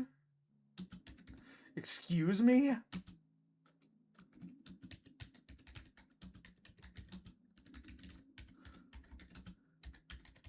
Pissed off.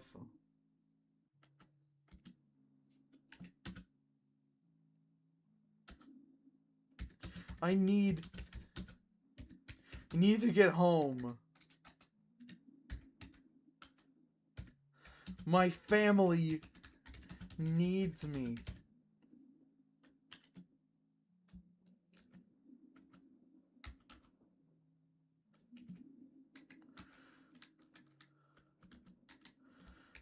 Oh, what? And I don't. We all got places to be.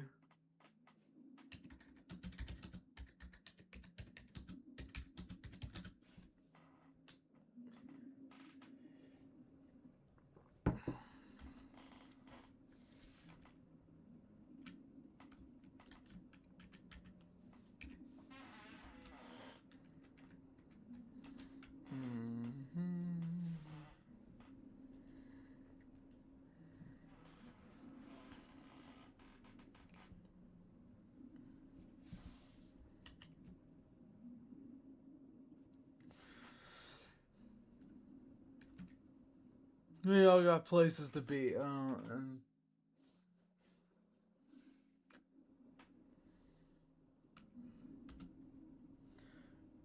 Based random you.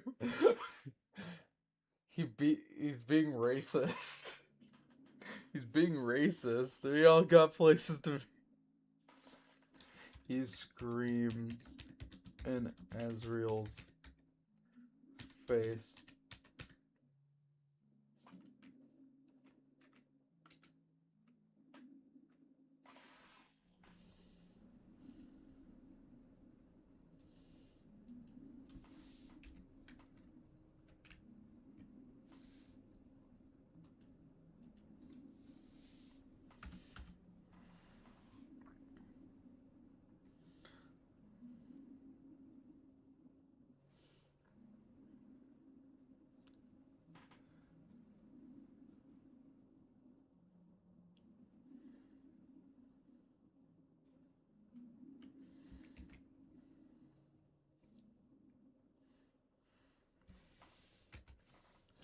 As Azriel just angrily began to walk away in the rain.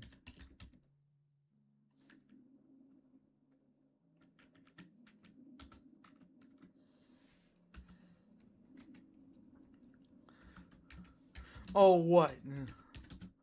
Let me guess. You don't have insurance, do you?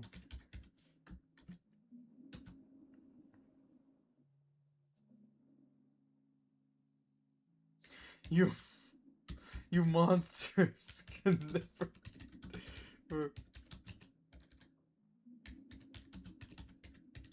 anything. Lazy bums, the lot of you.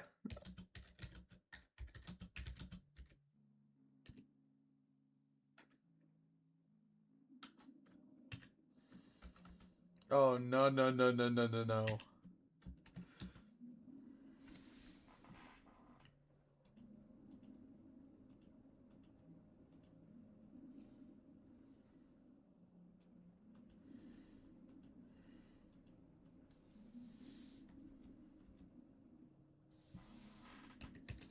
Azriel stops.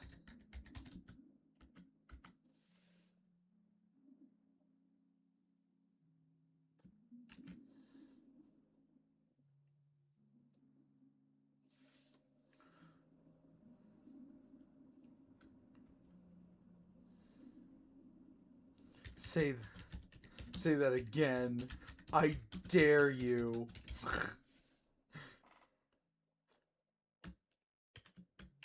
This is like so edgy. This is like a 13-year-old's idea of like racial conflict. It's great.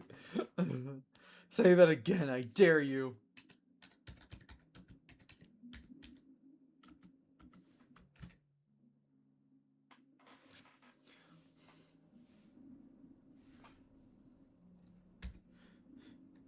I'll say it a million times.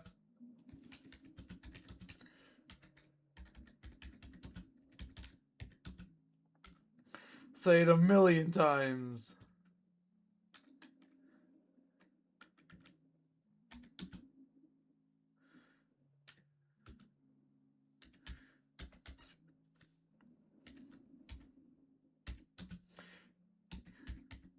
You monsters don't belong with the rest of no. That was real cute. Leaving. Azrael keeps walking. He grabs his backpack and continues on. Eventually, the police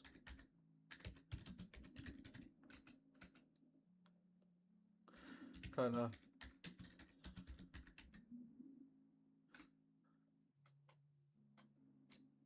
and continues on. He saw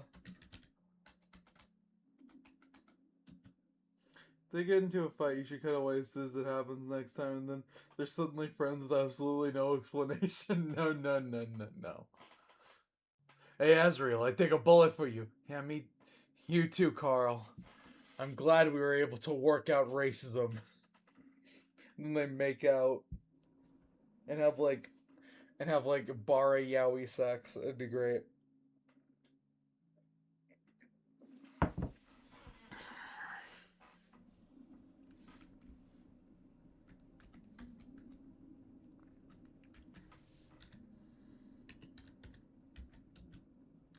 It continues onward.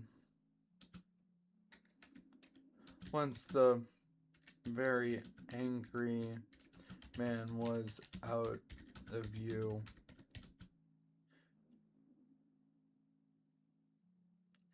he sat down on the side of the road. Cars whizzed past, and he sat sulking in the rain. He had always been one for rash decision making.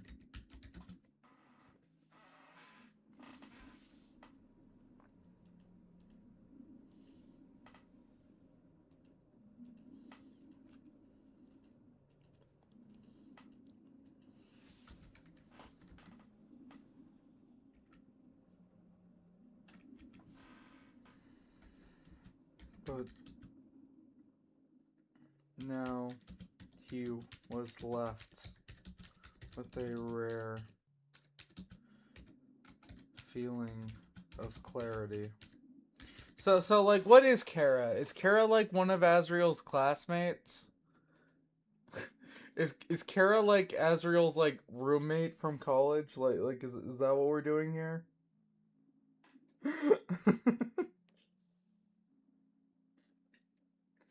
Or like, again, it's like Kara like Chris's parent. I don't know. Like, how old is Kara?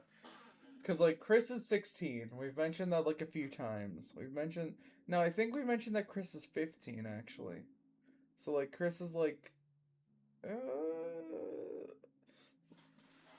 I don't know. Let's control F. 15 seconds. 15%, 15 rooms, 15 grotesque, 15 seconds. Yeah, Chris is 15. Okay. So Chris is 15, Susie is 16. That's right. That's right. Sophia, we went over this. Kara's a demon. No! We're not doing that for this, okay? We're just not. That's lame. That's pussy shit. We're not doing that shit. That'd be so fucking lame. Because the entire point of having Frisk and Kara in this story would be because they're humans and thus strong. By turning Kara into something else, that we are just having Kara to be here for the sake of being here. That's fucking stupid. No. I'm sorry. No. Correct. Creative supervision. No. Or a feeling of clarity. He wondered if dropping out of school, if going back to a ruined home. Kara could probably just be his roommate, I guess. Yeah. I mean, I guess Kara could be both, because you don't really need an age. There isn't really an age limit to go to college, right? I don't know. And if Kara is like this chaos gremlin, I guess they would want to learn as much as they possibly could, right?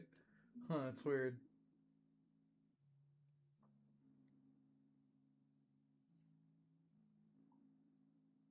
I don't know. You guys really don't like the whole Kara is related to Chris thing, so let's just not do it. How about that?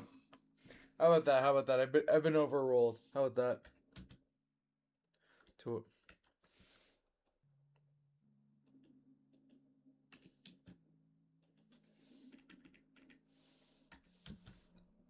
It was all a mess.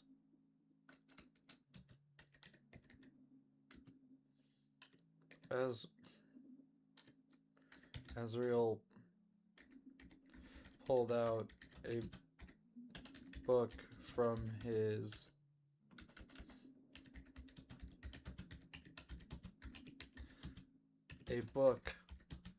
on game design.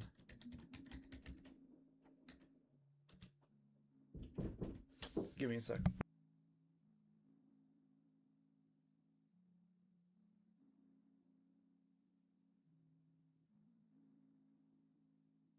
All right, everyone. I've just been informed that I'm gonna leave soon to see my brother's concert. So, Kara is just some crazy hobo who tries to convince Chris into being violent. I don't know. I feel like Kara being like Azrael's roommate, being like, "Oh, I just wanted to go see Hometown because it sounded fun. That place got destroyed, right? Man, that's crazy." And just like trailing off, like, so did anyone die? Like, stuff like that. It's like the most like out of pocket stuff. A book on game design.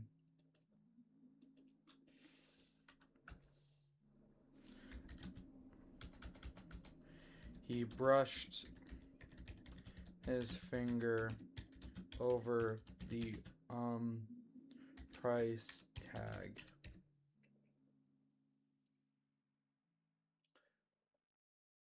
Kara would not last 5 seconds of this fic if they tried to do that. Kara is again a human. A human, like okay, I still think that Chris has stronger determination because of you, but like otherwise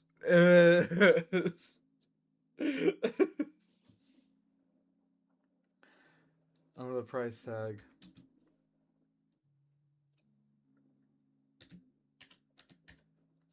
$130. Can never be brought back to this. Appeared along the railroad tracks. All right.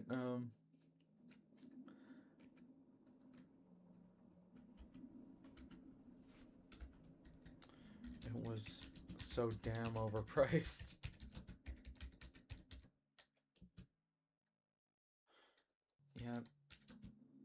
just buying it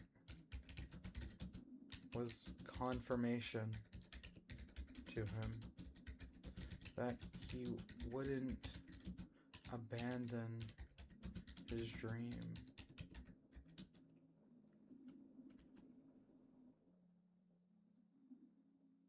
Now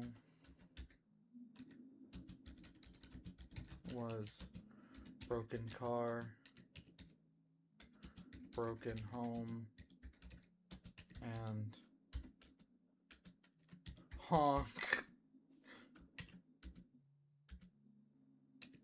Azriel looked up. There was a familiar... So, like, is Frisk already in the car, or is Frisk gonna arrive separately? What's the soul like in this fic? Do they pull up... Seeker, have you not been here? The soul is controlled by chat. The soul selected Rudy to die.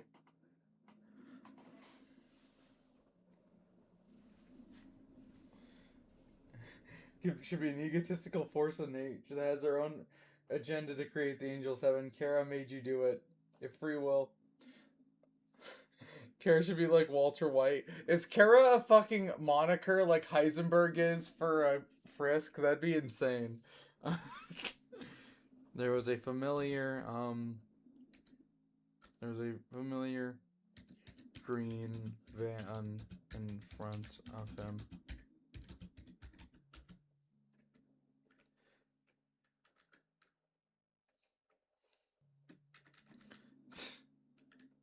We're gonna make Kara talk weird, because Kara does talk weird, so.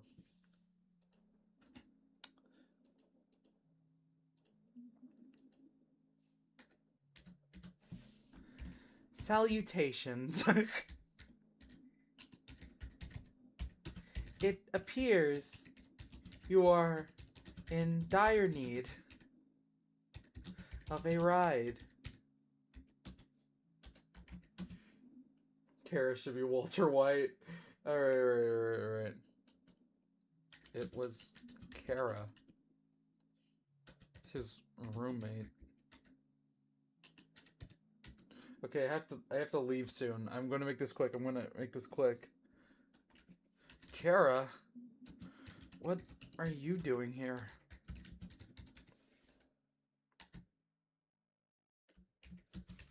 Israel asked. Oh. Well. I've realized that, like, Kara's probably gonna come off like Power from Chainsaw Man. When I gazed upon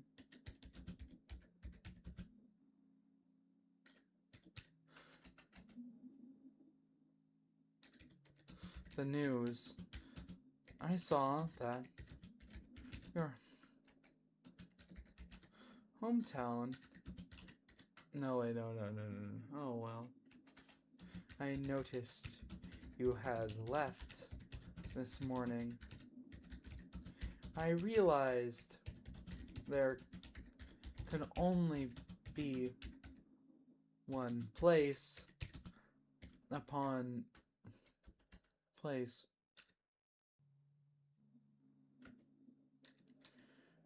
where you wished to arrive. Azrael, we need to cook. That means that Kara has to go bald to this pic. No. Kara gets cancer and then starts selling buttercup meth to like pay for the treatments. No. Wait, does that make Azrael Hank? What the fuck? Fuck. I realize there can only be one place where you wish to arrive. At being your hometown.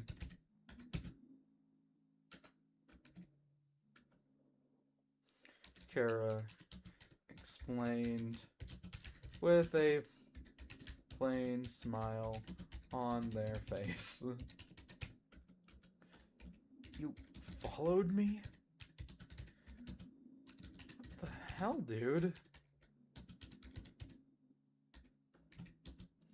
Kara had never been the best with boundaries.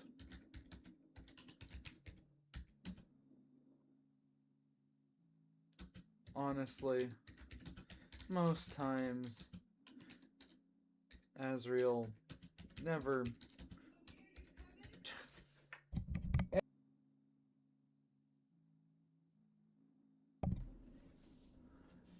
quite knew what they were thinking. They were fun to be around, though. They always had something interesting to say. Okay, we're gonna have to cut it there. We're gonna have to cut it there. We're gonna have to cut it there, chat. We're gonna have to cut it there, chat. I'm so sorry. I'm so sorry. Okay, alright everyone, thanks for joining the stream. Thanks for all of it. My name is Skylar Dreamer, yo. My husband is Walter Dreamer, yo. Okay, guys, seriously, I need to go. Brother has a concert. See you all tomorrow. Bye bye. First stream where we played copyrighted music. Okay.